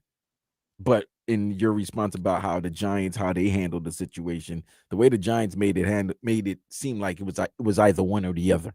They couldn't do both. It was either going to have to be the quarterback or they couldn't pay the running back. That not only giving him $40 million, that means you saved $10 million somewhere. Schmeathan says you can't be 27-year-old with a documentary. Enough. There are a lot of documentaries. I didn't know where is Saquon's documentary. It's on Prime. Well, Amazon Prime. Did you hear? You know whose stock is sky high right now? Baker Mayfield. Did you see that play that he had yesterday? Oh my! Fourth down run. God, that was cool. He just looks like a little bulldog, right? He's just. He may not. It's one of those people. First of all, he has an arm cannon, so let's not sleep on that, right? We can start there. Same thing with Kyler Murray. Kyler Murray has a cannon, so let's not start. But when you see the way he's built, he kind of looks like one of those undersized linebackers, right? But that's his whole attitude, Leroy. Right. That's what I'm saying. He's a linebacker. He's a quarterback. You know who played like with that? A linebacker mentality. Harbaugh. That's exactly how Harbaugh, and that's why Harbaugh's intense now. But here's the thing, though. It draws the team. It draws everybody. It draws everyone. Like, think about it, bro. You know who it didn't draw? Was ripped in Cleveland. Right. You know who it didn't draw? Cleveland management. Right, but even Colin Cowherd it was like 2 years he was making the players too, though, because you had Odell's father coming out with montages of missed throws, and all he did, he just persevered. He just kept on playing. Now he's a bulldog MVP. He's number one odds right now for MVP in the NFL. Rightfully so. Did you hear? You want to hear something adorable? Did you see this? You got my buttons up there, Vlad? This was Tez Johnson yesterday who caught the touchdown and then did the backflip. Well, it was a great catch, too. He caught that ball on the back end with his little bitty, the tips of his finger. That's a good catch. This was him after the game. I'm going to tell y'all a funny story. This is crazy. When I score and I hit MVP chant, I'm thinking they talking about me. So I asked Shep. I'm like, Shep, they was chanting MVP? And he was like, yeah. I was like, I ain't do nothing this year. And then he was like, they talking about Baker, Tez. And I was like, well, that explains it. But he is the MVP. That's when you know you are about yourself. Right? That's funny. I'm giving him a -1. And a +1 for telling the story. Right? He get them both. He gets a -1 for arrogance. Everybody wants back on the Baker bandwagon. Everybody. Not only that, you want to hear something crazy? What? And of course, this is a slap to our faces, Leroy, and to our fan base. Mm-hmm. The top 2 MVP candidates are the first 2 quarterbacks from the 2018 draft. Sam Darnold's having an unbelievable year himself. Yeah. And Baker, and they were the 2 quarterbacks selected. Cleveland won. Jets traded up for Sam Darnold at 3. And he won, but in Vlad, I don't know if I could make my point. Like, I try to make this point, and I don't really think that I make it well enough. And that is, you draft these guys 1 and 2 and 5. It's a consensus throughout the league. The only person that people felt that was a reach was when San Francisco drafted Trey Lance, right? Everybody thought that was because they thought they were going to draft Mac Jones, right? And so everybody thought these were the 2 best quarterbacks in that draft. They go to their respective teams that draft them or whatever. And then everybody's calling them a bust. But look at the organizations they went to, right? And so now you get some coverage. You got a defense. You got a run game. You can go out there and relax and play, and you balling, right? Same thing with Sam Darnold. Sam Darnold went to a quarterback-friendly offense in Minnesota and balled out till he got another opportunity to be a starter. And he kept doing it. Does that mean no? And then reporters want to say this. He's finally coming into his own. Nah. The dude always had talent. He probably just got up fine from being- underneath that garbage. He's fine being coached right. So Right. you're saying, when Tua moves on from Miami and gets away from Jonas Savaitanaya, that he's going to have a I resurgence? was just thinking the same thing. I don't know that, because here's the other problem that I've always had with Tua. And this is Chris Grier's way of doing things, right? Me personally, if I have a top 5 pick, I don't care how great the player could be. If he's banged up or injured, I'm going in another direction, because I just don't want to deal with it. I could maybe get rid of one of the greatest quarterbacks to ever live. That's just me, right? Same thing with what I said when the Browns wanted to get Deshaun Watson. You need a quarterback. You got rid of your quarterback. You know the quarterback that you give $230 million to going to sit out either a season or a number of games. Why are you, a team that needs a quarterback, investing that much money in a quarterback who's not going to play for a year? It makes no sense. If it worked out somewhere else, fine. Just not for us. When you need something that bad, because here's what happened. He was thrust into playing too soon. He might not have been ready. And now we've been playing the Tua game for the last 4 years. 6 years. 6 years. So, yeah. But so Baker has always been Baker. Baker did some of those things in Cleveland. The problem is you get these guys that come right out of college, you throw them in a starting role, and you want them to be Patrick Mahomes right away. Yeah, even he made fun of that last week. Like, he talked about, it's like, my attitude hasn't changed. It just went from, smug and arrogant to moxie, like, right, because he's winning. That's it. That's what we do. That's what we do. Wallace said the same thing yesterday. He's like, you could be 5-1 and peacocking, but you still, there's still things you got to work on. So whether you're 5-1 and 1-5, you gotta work on things. But that's why. But that, to me, though, that's why the Tua comments are problematic. It's like, you are aware of what the temperature is of this stuff. He should be more aware than anybody based on what he went through. Yeah, don't throw more chum in the water. Right. Like, the Dolphins, let's be real about it. The Dolphins shouldn't be a headline today. And it's the number one headline all over the NFL. I have ESPN on here. It's literally been on all day. Correct. And it shouldn't be. They are not worthy of discussion. They suck. There's nothing interesting about them other than people love a dumpster fire. And when Tua says those things, it makes them out to be an even bigger dumpster fire than their record already says they are. Yeah. And so that's why it's a problem. That's why he needs to know the temperature of those things. And he doesn't. He's just like, here's a match. Take a break. We're back after this.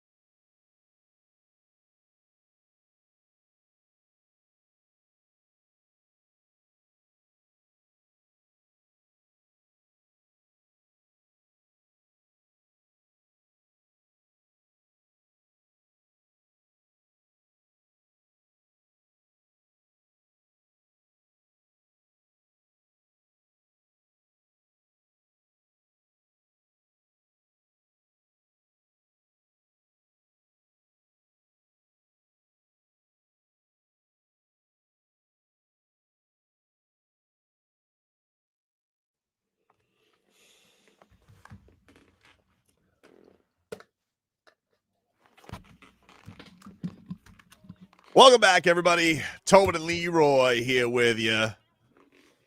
Just got done with some 15 minutes of Game Day Uncensored, which is brought to you always by the Lexus TX. Room for all your passions in 3 rows of luxurious comfort. Experience amazing at your Lexus dealer.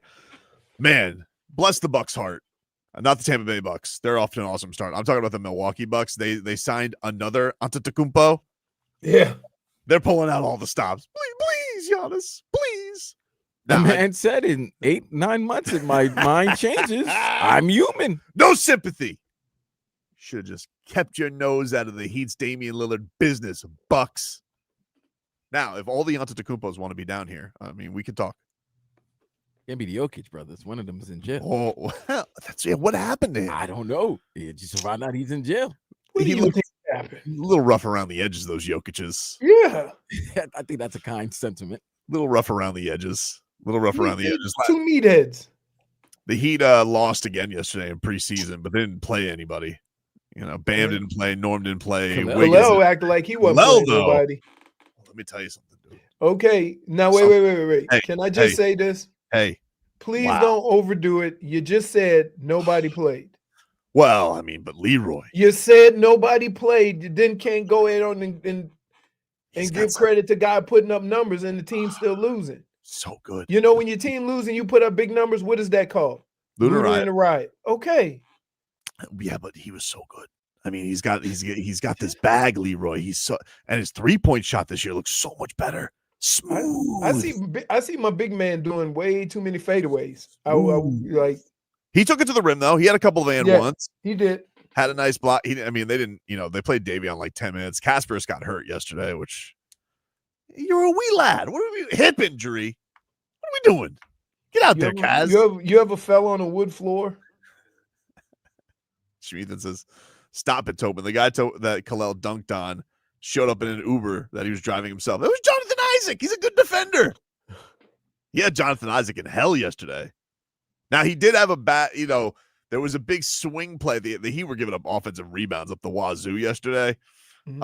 And then he finally got it. And then he throws it to, I think it was Jameer Young, one of those Sioux Falls lads. And it turned over and then led to a dunk right past Kel'el. And then Spo called timeout and took him out. And I was just like, oh, that is crazy. That is absolutely crazy. But this was Spo on his big scoring night. I'm encouraged by it. Look, it's everybody has so much attention, on him and what I'm going to say about him. He's getting better. You can see the talent.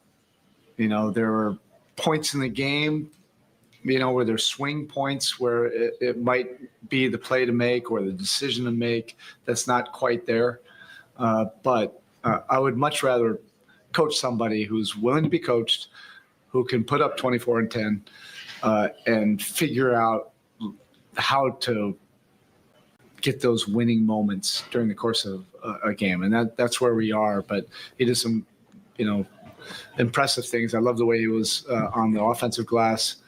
And we'll just continue to work with him. Help me out, Vlad. I have a theory. Vlad. Help me out real quick. Mm-hmm. What is the main ingredient of winning plays? Effort? No. He's going to say winning. Oh, just winning. They ain't won a game yet. Look, it was a bad play that did probably swing the game in the end. Like but you, it was awesome. Leroy, I have a theory. What's up? I know why Spo is hard on Kel'el Ware like that. Because he want him to be Zoe. And he doesn't want Hassan Whiteside. That's where I don't think he's Hassan Whiteside. I don't think so that. either. But when you're really nitpicky on a player, even when he has a great game, you're like, yeah, I know people are gonna say something like, if you already know, but you're still gonna say it, you're on his neck, you're on his helmet because you think he's a good player. You just don't want him. You've seen this before. You don't want that to happen again. The other thing is, and more importantly, this is the main thing. He can take it, which says a lot about Kel'el more than all the scoring, all the stuff Spo saying. That is the most important thing. When he's hard on Kel'el don't crawl up into a little turtle shell. Kel'el responds. And so that's the other reason why he can do that. You see what I mean? Because the sign of a good coach is to use whatever motivation you can, and if it's not working, to stop. You know, that's the difference between old school and new school. And have lieutenants, so you could be the bad guy, and then he well, that's what Bam is. And Bam is good cop.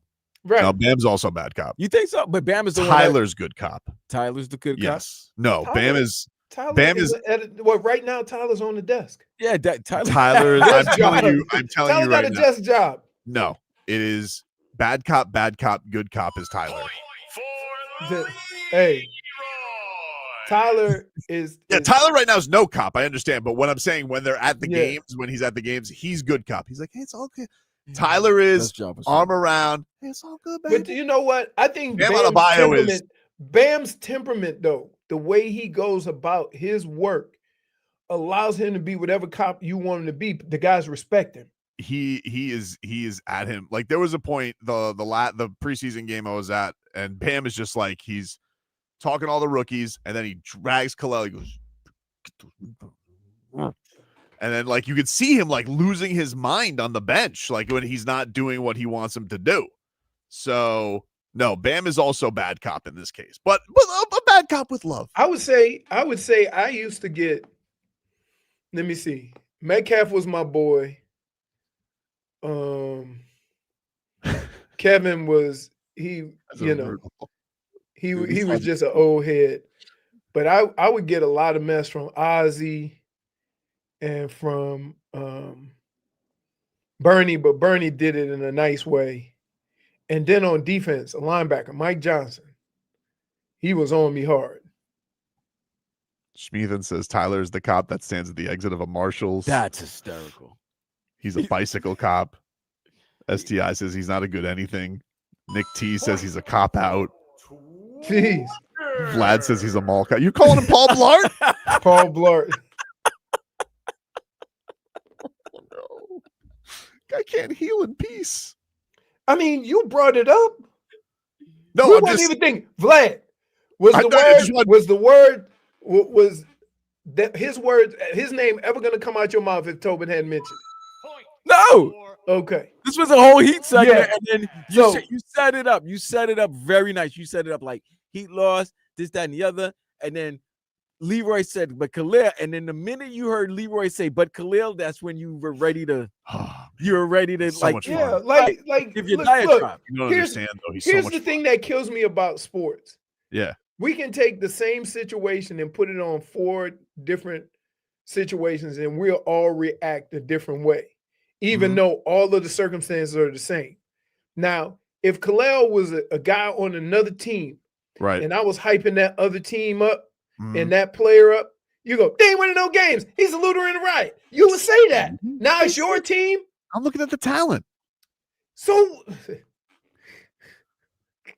you making my point for me. Good though. He's so But talented. Vlad, he dismissed me and then make the point. Right.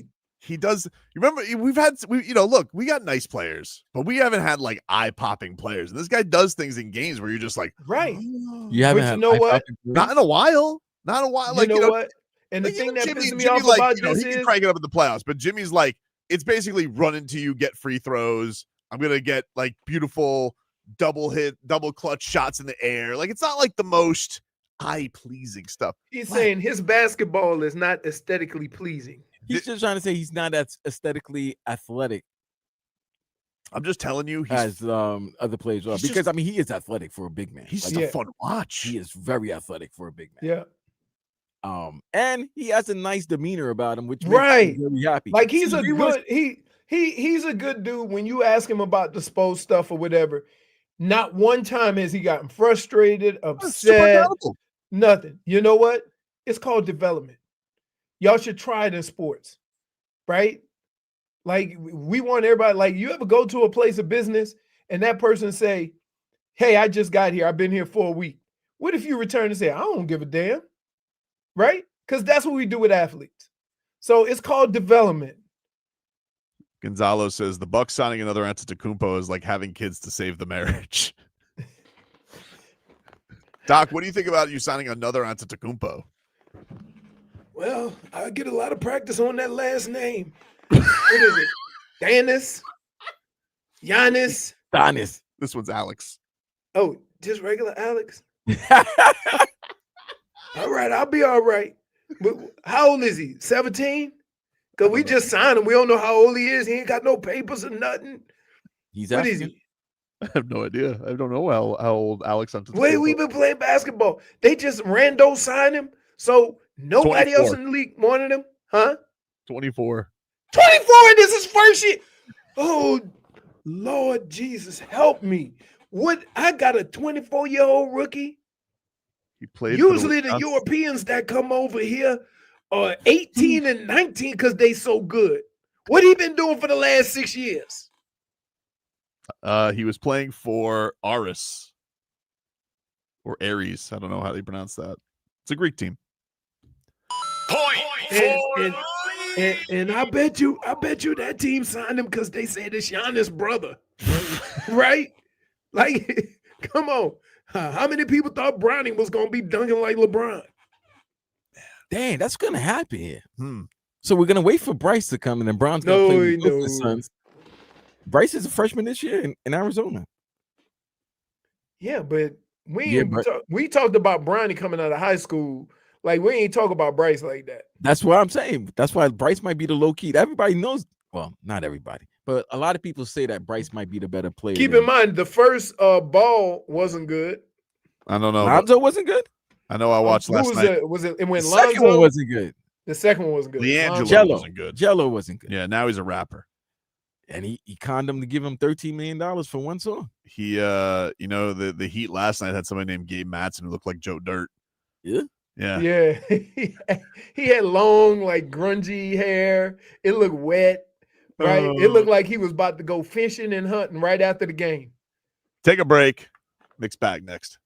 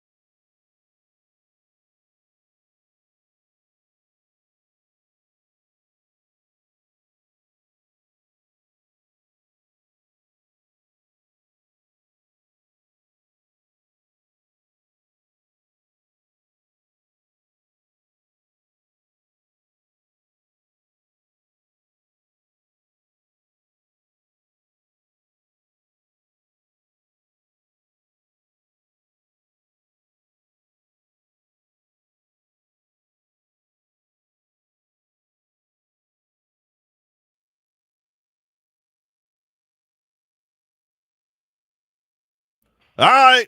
Welcome back. Oh, hello, Jennifer. Hello, Tobin. How you doing? How was the game yesterday? It was a great time in the suite. Pretty So not much. good at the end. No, it was very upsetting at the end. Well, Lupe was happy. Lupe was happy, unfortunately. Yeah. Good for Lupe, though. You know, I she's got a guess. Good for got her. Harbaugh. She got a old piss whistle over there who can't get tackled. Good on her. Other shenanigans yesterday in the NFL. We had a Ooh. fight at the end of Sunday Night Football yesterday. Did you see the play? Yeah, I saw the play, and then I saw the fisticuffs at the end. Yeah. This was Brian Branch got into it with, I think, Juju Smith-Schuster. Yeah, he messed him up. And this is what Campbell had to say. Let me start with this. I love Brian Branch, but what he did is inexcusable, and it's not going to be accepted here. It's not what we do. It's not what we're about. I apologize to Coach Reed and the Chiefs and, and Schuster. That's not okay. That's not what we do here, and it's not going to be okay. He knows it. Our team knows it, and that's not what we do. Can only bite kneecaps until the whistle blows. Yeah. If I'm Brian Branch, I'm scared. It comes across as being a sore loser. Yep. But, I mean, dude, if you walk over me and drag your junk over my face like that, that's a fight. Me and you fighting. That's a fight. Oh, that's what. That's a fight. Who did that, Mahomes? He hit no. Juju Smith during the game. Yeah. Hit him in the back and then walked over him. Ew. So he ain't do nothing during that. He didn't retaliate. But you could tell right after that play, he said something. Yeah, and there was a thing with like him and Mahomes at the end of the game too that didn't go great, and then it kind of just all boiled over. Right, yeah, he went. Mahomes went to shake his hand, like give him a dap, and then he didn't do it, and then Juju saw it, but then Juju went to give him a dap, and then he just cold cocked him. You need to learn to fight when it matters, like the Panthers. And right now, the Panthers are steamrolling everybody. Well, because it's legal. Paul Maurice. This is what he had to say on Anton Lundell, who continues to impress for the Cats. Anton has just kind of his continuation on his important play for us last year. He got put into a role that was critical, that if it's not Barkov, it's Lundell against some really dynamic players throughout the playoffs, and he's just growing and maturing. He's a veteran player now at a young age, but we have a high expectation of what he's able to do, what he should be able to do. I think more importantly, he has that expectation for himself. Yeah. Cats right now are lighting everybody up. It's like they won 6-2. The best players are out, and they still just steamroll. They're a machine right now. Because they're deep. They got the Flyers tonight. Tarasov is going to make his first start between the pipes tonight. So Bob starts off 3-0. They're going with Daniil Tarasov. First road game. Yep. First road trip. Yep. Road trip coming on up. I think it's 5 on the road. Yes, sir. Ooh, Five that's the on the one road thing for I the don't. Cats. That's the one thing I'll say. I tip my hat to basketball and hockey and baseball. Y'all be leaving and going on trips for like a week and a half and stuff like that all over the country. I remember we started hyperventilating one time when we played a game and just stayed out. Like we didn't come back in between games. Sergei Bobrovsky. That's what he had to say about starting off 3-0. I mean, it's great to have a rhythm. It's great to see the action. The game action. So it's all good. We're excited to move on. He sounds it. You can't tell whether he just won the Stanley Cup or he just won like 8 straight, right? Or lost 2. Love him. He's the same. Even keel. Focused man. Yeah. Or when he said I had that bleep taste in my mouth. Oh my God. Tough day for me. So Panthers at it tonight. So you guys can hear that on AM 560 tonight. The Cats will be there. The Heat, they're taking on the Hawks. That's an early start tonight. 6:00. Would imagine you're going to see more of the regulars tonight. They got this is their 5th or 4th. This is their 5th. Okay. They got 5th. one more after this. Got and the then the scrimmage season on. starts next week. Yes. So we got game tonight in Atlanta, red, white, pink game on Wednesday, final preseason game on Friday against Memphis at home, and then open the season next Wednesday in Orlando. Yeah,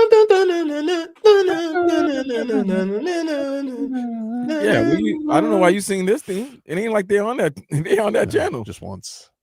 When is that? Once? Once a game week. is that? Isn't it it's one night a week? They got one Amazon. I think. No, I'm not talking about the Heat. I'm talking about just the basketball being. No, yeah, they got like 2 nights a week. I think maybe NBC. But you're gonna need a roadmap to figure out all the places there's basketball this year. Prime and NBC. Not really, because ESPN. I know I always got Eric Reed. Yep. Yeah, So- but understand this: you're only going to get them for the regular season. If they make the playoffs, all the playoff games are going to go to Amazon Prime, the national TV deal. They're not putting playoff games on Prime, are they? Yeah, I think everybody's getting playoff games. That's the only thing that kind of upset me about the ticket in football. I don't want YouTube TV and just to get the ticket. Bam Adebayo. This was him on his lady, Asia Wilson, winning it all. Obviously, getting here, buying in into what we do and focusing on that, but also having to go to see my significant other. What was it like, just the emotion? We saw it on TV. We saw you interviewed by the WNBA after the game, walking over the celebration. What's it like? You know what winning at the highest level is like, having been to the finals twice. What's it like to share in someone else's joy like that? Oh man, you just blessed to be a part of it. That's the thing about shared success, man. You're just blessed to be a part of it. You're blessed to see somebody have that much success. Somebody who they can, you start comparing to Bill Russell, and you talk about how much of the greatness that they have. There you go, Bam Adebayo. Oh, he loved his girl. 2 scoops of it. Somebody say, "Bam, take some notes from your girl." I tell you what, she did at one point in the game. I thought she did the Akeem shake. I'm like, whoa, she's good. She's got a picture that nobody can ever say.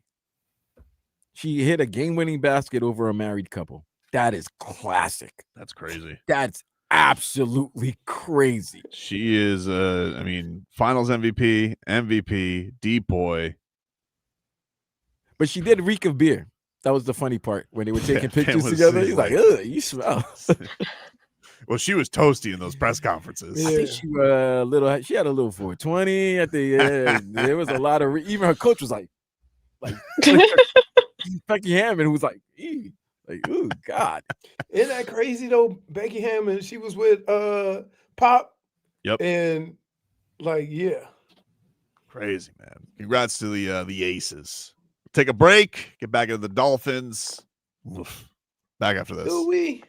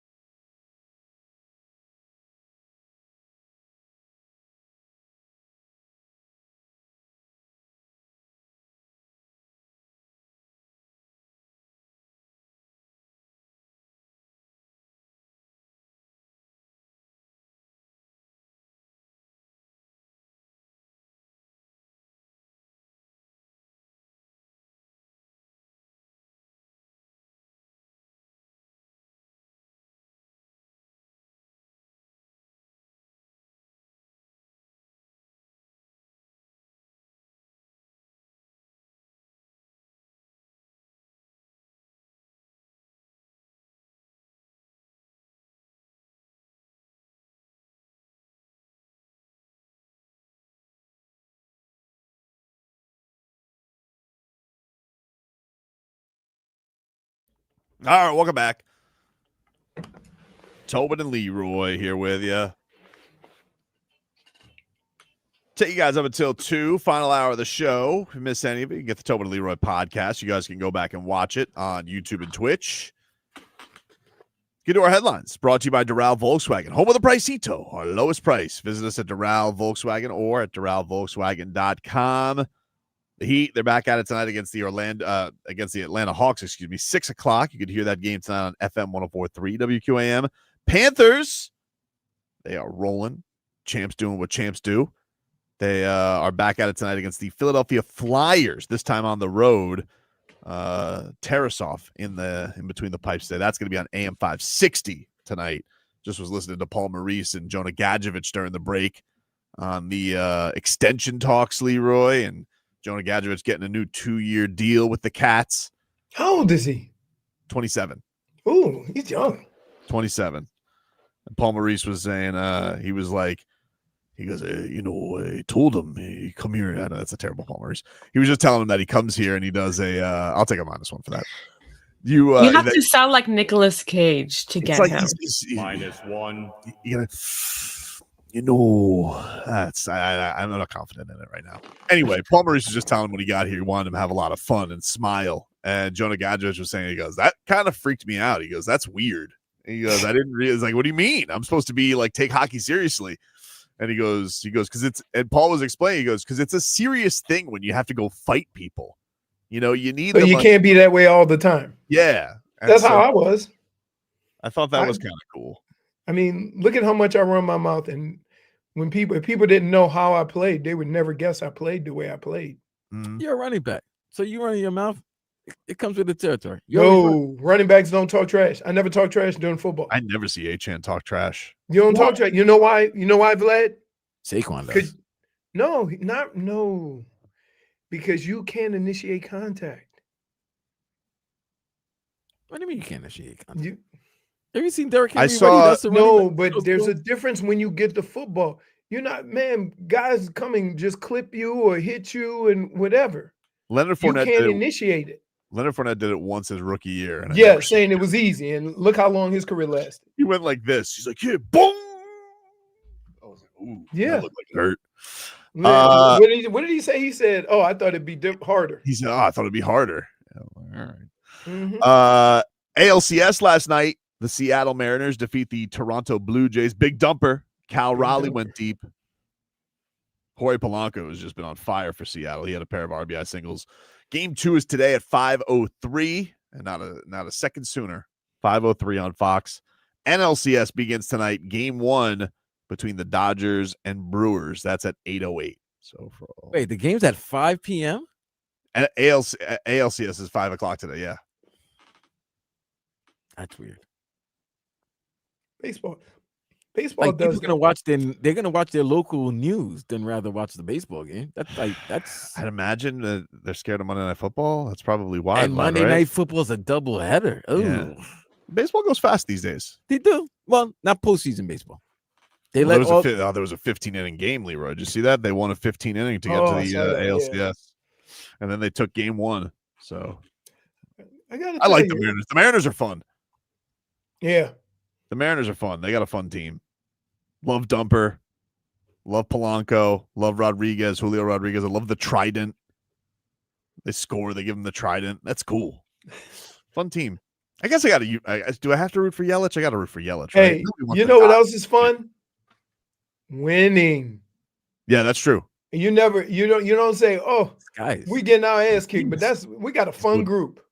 You don't never hear that. Always associated with winning. How was that locker room yesterday, Vlad? Ooh, pin drop. No, here's the thing though. I was expecting that, right? And I haven't seen it so far this season. Even when they were winning, they weren't together or that many people in the locker room when they were winning these past couple of seasons, before last year. Yesterday was the first time I looked. I saw that, oh man, this is a third of the season. I don't know if I could deal with this ish anymore. You know what I'm saying? Like it was getting to that part. Like, ugh. And then when you get to the locker room and you hear the comments and everybody's trying to say, yeah, we got the leadership. We're gonna keep it together, did that, and the other. And then number one goes, yeah, nobody's coming to player meetings. This team is so strange, man. Pretty much he was just basically saying this team is fractured, and that's the question that was being asked in the locker room. And the other question that was being asked is, did you hear the fans booing? Because the fans were booing. What was the reaction to that?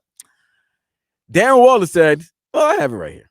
Let's hear from Darren Waller. Darren Waller, I have never saw this coming. Hey, I apologize, Darren this is Waller. the upset of the year. He took you by surprise. I owe that man all of us face-to-face apology. You ain't wrong. You ain't alone. Here's what he said. Yeah, the fans, I think they see, the times that we've had those opportunities to win these games and haven't. And, just quite frankly, I don't know how much we're giving them to cheer for at the end of the day. When the clock is zero, you know what I'm saying? So I understand their frustration. They expect a certain brand of Dolphins football. And, in a lot of ways, we're not giving them that right now. Yeah, the fans, I think they see, the times that we've had those opportunities to win these games. I know this ain't nothing, but it kind of bothered me. Mm-hmm. So when we were asking them questions, Leroy, out of nowhere, music started blasting. What? The Weeknd. Who's playing The Weeknd? That was exactly everybody's reactions. Like, I just lost 29-27.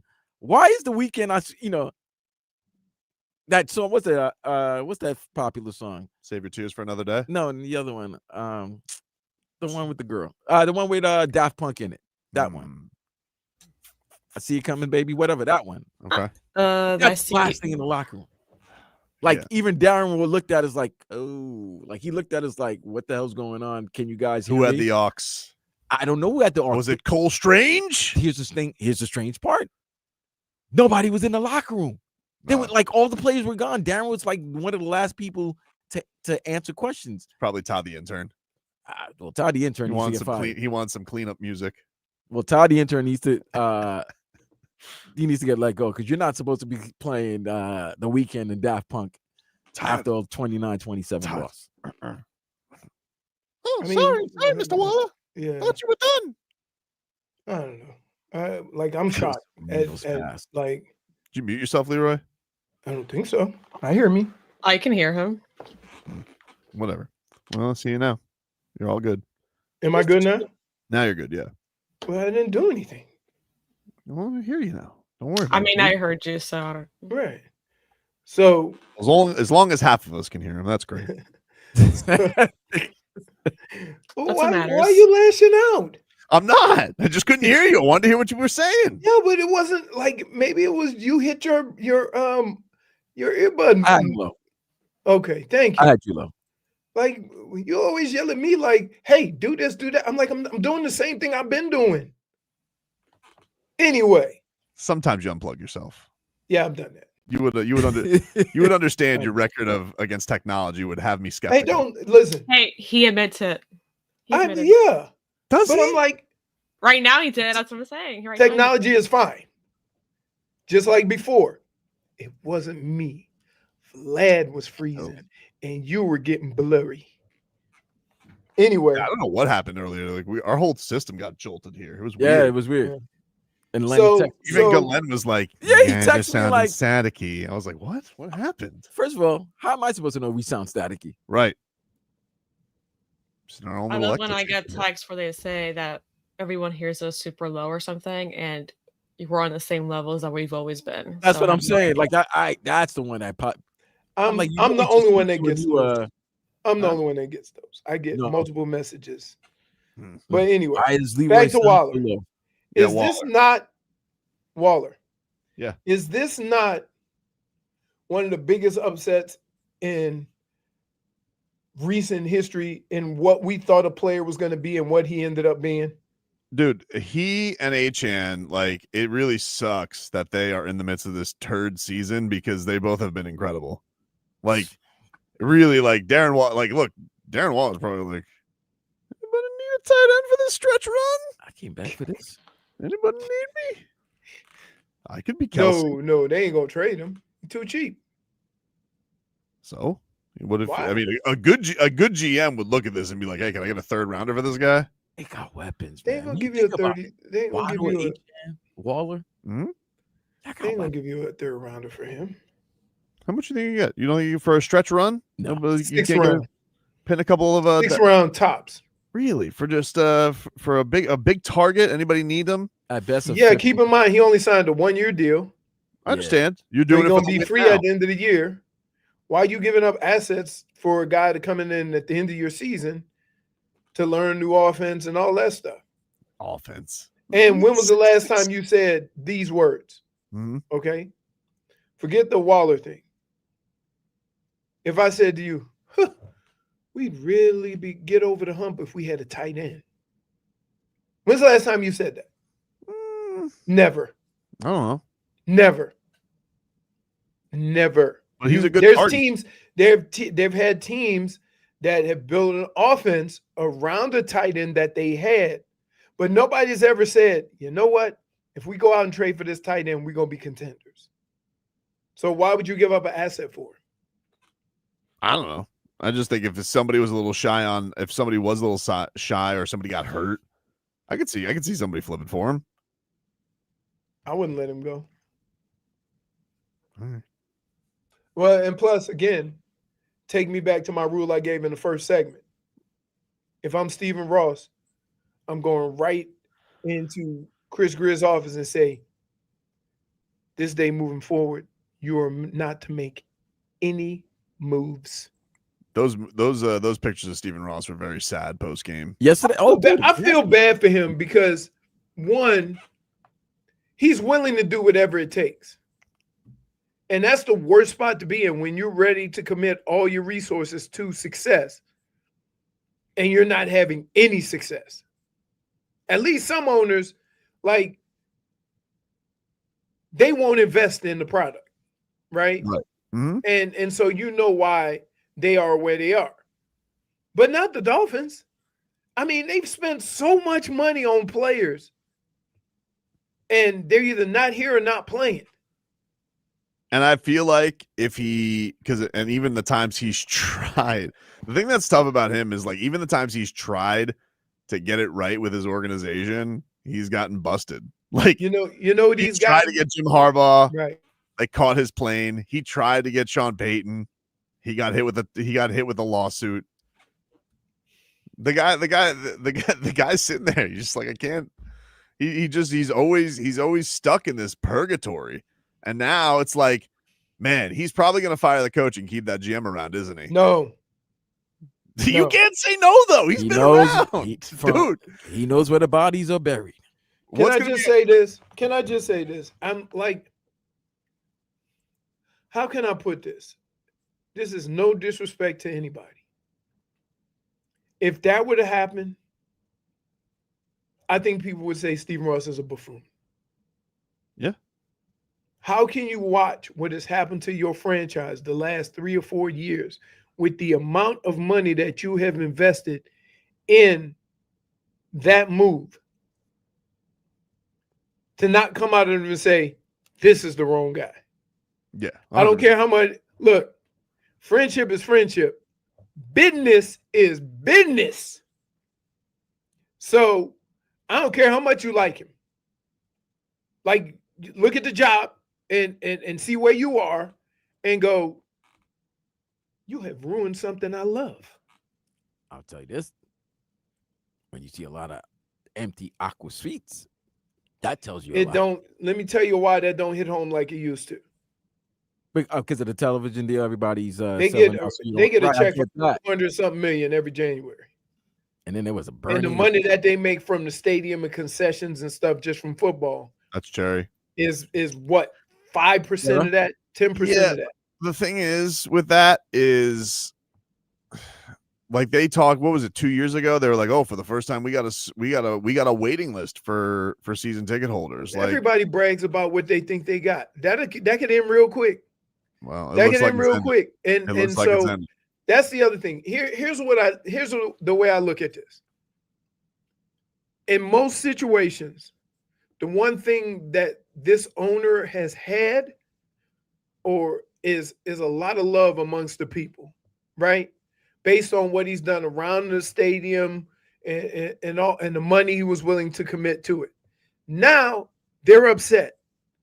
And He's gone through his waves for sure. I mean, obviously he got to a point where he didn't feel like people wanted to hear from him anymore because he stopped talking. Well, that and maybe somebody whispering. You want to know why? Hey, Mr. Ross, Mr. Ross, hey, can you just go on vacation and take your helicopter to the games? Because you're killing us. You keep saying things. Right. And I know, and here's the thing. I give more leeway to a person who means well. This guy has been willing to do whatever it takes to win, right? There's a lot of owners that. You know what I would say though, except for doing the ruthless thing, because he does try and kind of half-ass it. But that might, like, sometimes the person of how he's done business in his life, but and it's gonna get. Listen, you piss somebody off enough, they gonna go into the dark side of their soul. I understand. It happens to everybody. I understand, but it's been a long time. Like, he's had control of the team now for 16 years. Yeah, okay, but And every time it's like, I'll fire this guy, not that guy. This guy, not that guy. This guy, not that guy. And so, like, if what we're saying, because if he fires the coach and not the GM, talk to me. But I'm willing to. That's his track record, though. I'm willing to go on a limb and say, no way you go one without the other. We'll take a break. Back after this.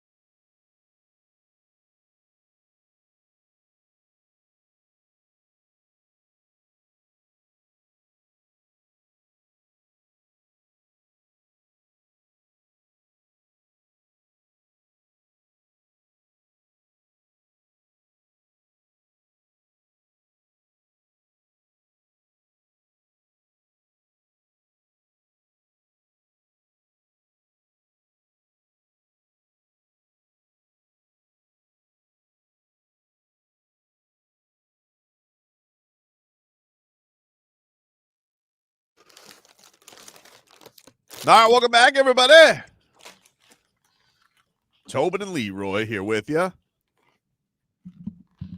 What are you going to be into tonight, Leroy? We got a big night of sports ahead.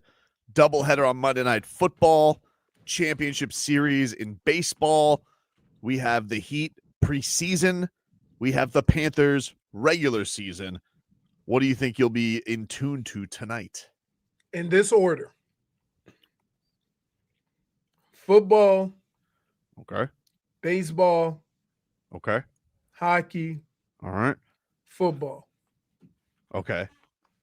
I didn't hear you left one out. The Heat. The Heat. Where does that rank? I'm gonna put the same amount of importance that they put in it. Like they 0-3, and you say it's no big deal. 1-4. So that means that I can do that too. 1-4. 0-4. No big deal. Puerto Rico, though, a little bit weird. I don't know. No. Did it just say something like "not a true loss"? Is that what I didn't say that. I'm just saying, it's a little wonky in Puerto Rico. It's about a party, baby. We're about swear to they were getting ready for the play-in the way you've been talking about these preseason games. Can I just say something? No, you can't. Why not, dude? Because you be honest, Posh. Be honest. Be honest, Posh. No, you're not. Be honest, Posh. Preseason. When it comes to the Heat, yeah, you have made more excuses in the last. You still said Heat in 5 when they won 37 games in the regular season. I thought that they could bounce back and find a way. There's a reason why they only had 37 wins. That means that if they were going to be Heat in 5, they would have had to win 16 more. This year's different. Okay, no, this year's different, and I believe it's different also. And I'm gonna say this Heat team, at a minimum, will win 10 more games than they won last year. At a minimum, I believe that. Mm-hmm. That being said, if this were the only team that gets a pass in preseason hockey, in preseason is hockey, and they treat every game like yeah, we getting after it. Sometimes. They do their call-up games too. But Right. they're the champs. They don't need nothing needs to be under scrutinized. That's my point. Right. But I'm not everything else, every other sport, when I see preseason and I see Ofer in front of the preseason, I'm a little nervous. Understood. That they aren't rebounding well. Yesterday, not a great day for the Arizona boys. Pella Larson and Keyshawn Johnson. My God, What is he doing? What does he have on the end of his hands? I don't know. What he look like Smedley out there? Can I just say though, the ESPN, because you go too far. No, but ESPN. Just keep going. Don't be afraid if you're going to do 30 teams in 30 days. I don't need your content to be LeBron-centric on the Miami Heat. LeBron was here a long time ago, and you're doing 30 teams in 30 days, and your content today on the Heat is, should LeBron get his jersey retired? Which I don't even know why that's the caption, and you put up a fake statue of him. That doesn't seem to make a lot of sense.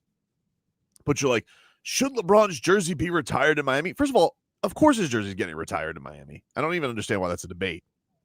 But second of all, would it kill you to have a Kel'el Ware post, ESPN?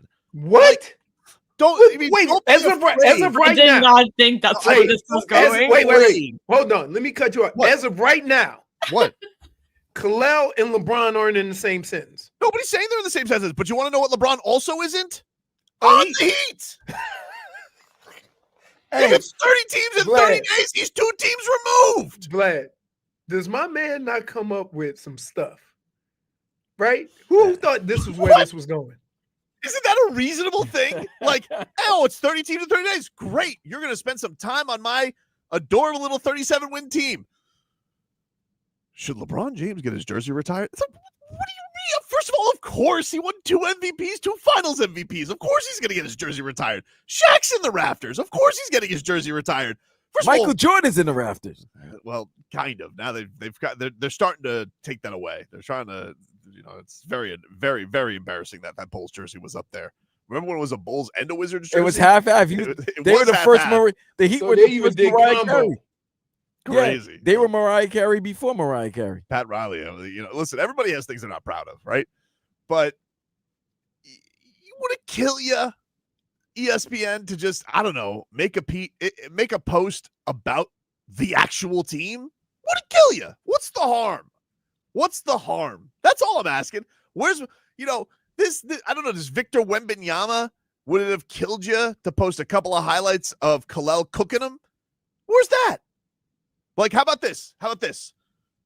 Do the Heat have their version of Victor Wembanyama and then some Kel'el Ware highlights? Would it hurt you? No, let's get lazy. Another LeBron thing. I got to tell you. You know what this is from? It's nothing against LeBron either. It's nothing against LeBron. Vlad, you know what this is? 1-5. No, it is. This absolutely. Is 1-5. This is 1-5, dude. Dolphins could be 6-0. 1-5. They could have been 6-0. I'm telling you. I'm going to tell you why it's 25. Tua could have thrown a game-winning bomb yesterday to Waddle. He did go on the game-winning drive. Because you snapped that Leroy to begin the segment when his volume was a little bit low. You snapped, and I was about to say that's 1-5. Snapping like any little thing right now just disgusts you.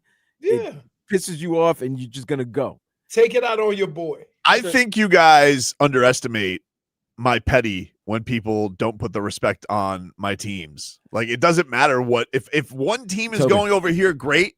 I can compartmentalize and be pissed off about another thing over here. No, you can't. I absolutely can. You ain't compartmentalizing your life. That's not true, dude. Dude, you carry petty around like your keys in your pocket. What are you talking about?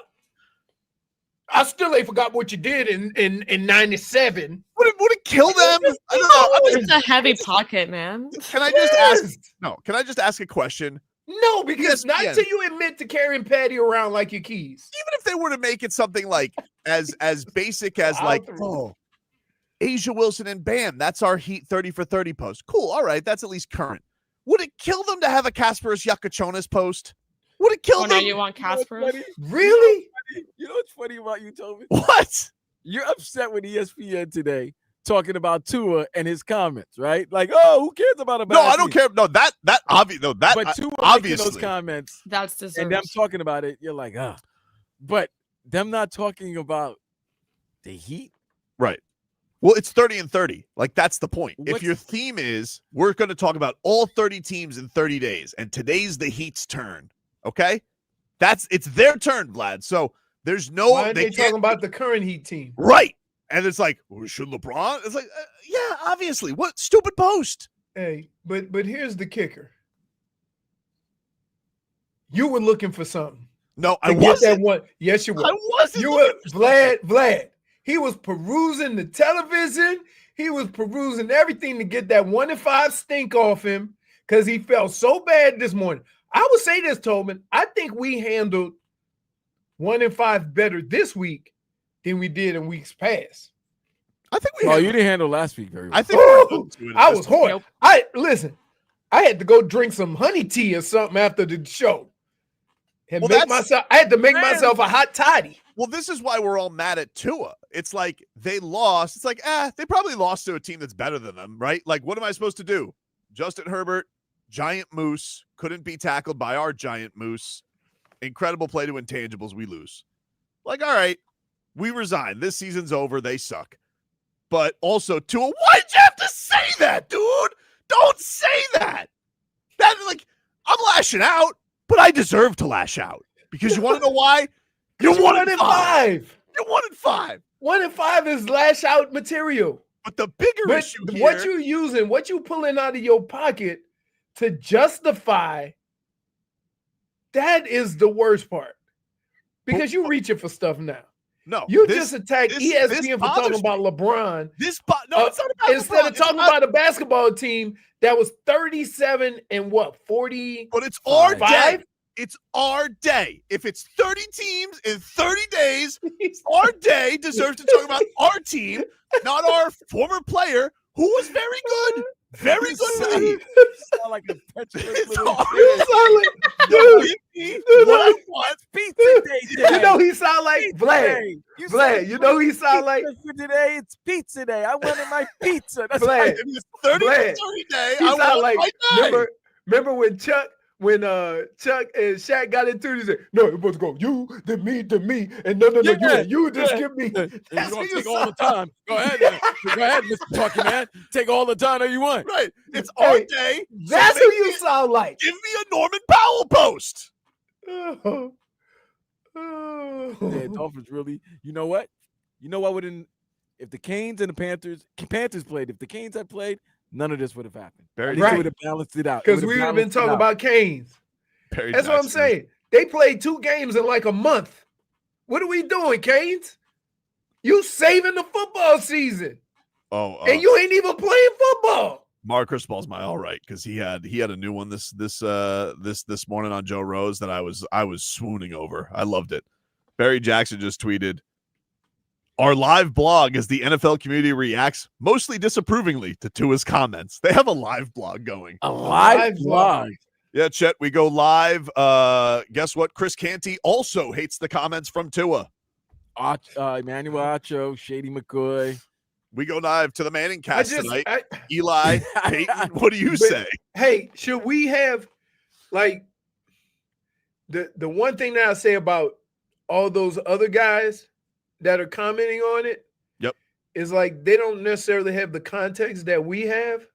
So they don't know Tua as being very trustworthy and forthcoming, and sometimes he gives too much information. They just look at it from the standpoint of how it could be misconstrued because that's all they have. It's not going great, dude. We'll take a break. No, it's not. Take a break. Play a little all right. Oh, no. To close things out.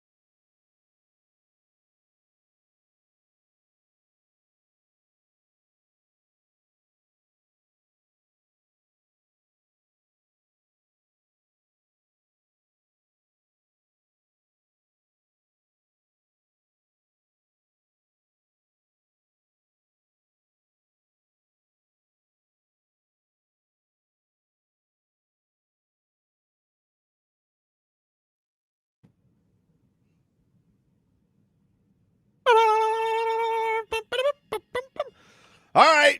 It's that time, ladies and gentlemen. Play a little all right. Oh, no. To close things out here on a Monday. My all right goes to Sergei Bobrovsky. All right. Named one of the NHL's 3 stars of the week. So that's how they do it? Yes. 3 stars of the week. Bob 3-0. And he is up there. And honestly, Marchand could be up there too because he was amazing this week. Oh, my goodness. My God, was he good. He does look like an ant out there, though. My oh no. You go tell him that. He even says, I have tiny hands. He does he leans into it, though. My oh no. I mean, who do I go with? I mean, so many people to choose from on this team. My God. Tua. I'm going to go with Jalen Phillips. Oh, no. Tua, I feel like I've got my point. Jalen Phillips. You had him, dude. What? God. I'm beaten. What do you got, Leroy? Oh, no. My all right is going to go to the Panthers, and I can't believe I'm saying this, the Hurricanes. They have brought joy to my sports, and my oh no is going to go to the Hurricanes. What? I need you to play more games. Oh. Like, you can't take a month off. You see how miserable I am around here trying to watch some sports? Well, Friday action. Finally get some feel good, and then y'all take a month off? What are you doing to me? Had to watch the Dolphins, the Browns, and Michigan this past weekend because the Canes wasn't playing? My football experience has been terrible. How did Dylan Gabriel play? They do the same thing they're doing down here. Like, after 2 games of starting, guess what they say? He ain't that guy. He ain't that guy. Like, he ain't that guy. Right? It's crazy. Like, you know what's going to happen? I'm going to tell you. I wish that we could, I wish I could treat people at their job the way people treat athletes at their job. It's still a job, and you still have growing pains and things you got to go through that you want everybody to understand when you have a little situation at your job. And keep in mind, in most cases, these kids are 20, early 20s. So, like, when you see a college kid and you yelling the college kid is a bum, what if I came and yelled that to your kid at your house? You'll have a problem with it. Don't talk to my kid like that. I'm like, holy smokes, man. These kids don't know what it's like to have a Schmeath and Schmolnick. Just show. They don't know. Jennifer, what's your all right no today? Well, my all right goes to the Florida Panthers because they continue to make us happy, and they they extended my guy Jonah for 2 more years, and that makes me really happy. Okay, I've suffered enough. And my oh no goes to the Dolphins for really ruining my day yesterday. The first time I'm at a suite, and you just gotta put a sour taste in my mouth, you know. How much sour taste did you have in your mouth? Because you seem like you had a lot of sweet taste in your mouth with those cookies. Hey! He just told you cookies, Vlad. He had you out there like the Cookie Monster. Let me tell you. -1 I'm the one that asked him to give it to me. for deflecting. A whole box. Hey, You gave me the box. I just said I want a cookie. Jennifer, I gave you the box. You were like, "Woo!" Just and then out I of gave you plates, curiosity, which made it better. You've been watching this team now for a month and a half. Mm-hmm. What were you expecting? Like, at some point, it's your fault for thinking winning is going to make it fun. And I got to give her fit was nice. Dolphin jersey, those ass boots. She was, them girls, Boots on the ground? Boots on the ground, literally. Both her and Lupe had boots on the ground. They were mad. Well, Lupe was wearing her Herbert shirt, but, Did y'all have some libations? Libations were hot. Libations. You see how she eases into it? But yeah. Oh, yeah, they were drinking. I didn't want to drink. Really? Really? You don't want to drink from the for free? Really? Really? Look at you just like poo-pooing all over my experience He was a yesterday. journalist. He was boots on the ground. Vlad, what's your all right on now? My all right's Devon Achane. I got Wasted the season with this. dude. This guy every week balls out for this team. Is he the opposite of a looter in a riot? He's the absolute opposite of a looter in a riot. He's the guy that's at the house like, oh no, He's the only guy following the law. Don't raid my store. Don't take all my belongings. That's the only guy. Yeah. So for him, he gets my all right. All right. My oh no, Darren Glenn. What the hell were you doing yesterday? Oh no! How do you wasting time? And it's a 4th and 1. You had a timeout and you don't call a play. You don't call a play. No, he's in over his head, man. He's Really? One and done. It's his first year coach. You think? It might. It's one and done. But you could be a first-year coach, but don't do stupid stuff. That's stupid, dude. I'm gonna tell you, you can't even defend him. That when you do, stupid I'm not defending anything that he does wrong. I'm just saying, like, yeah, man. Like when you get that position, you can't do some of the things.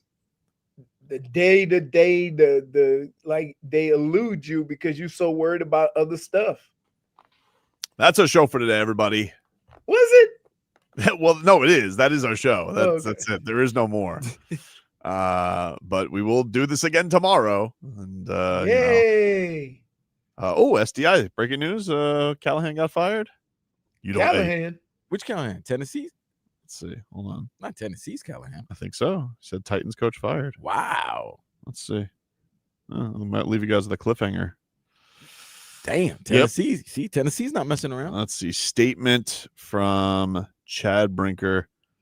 After a conversation with our owner, general manager, we met with Brian Callahan. We told him we're making a change at head coach. He is fired. Wow. You know what I would do? What?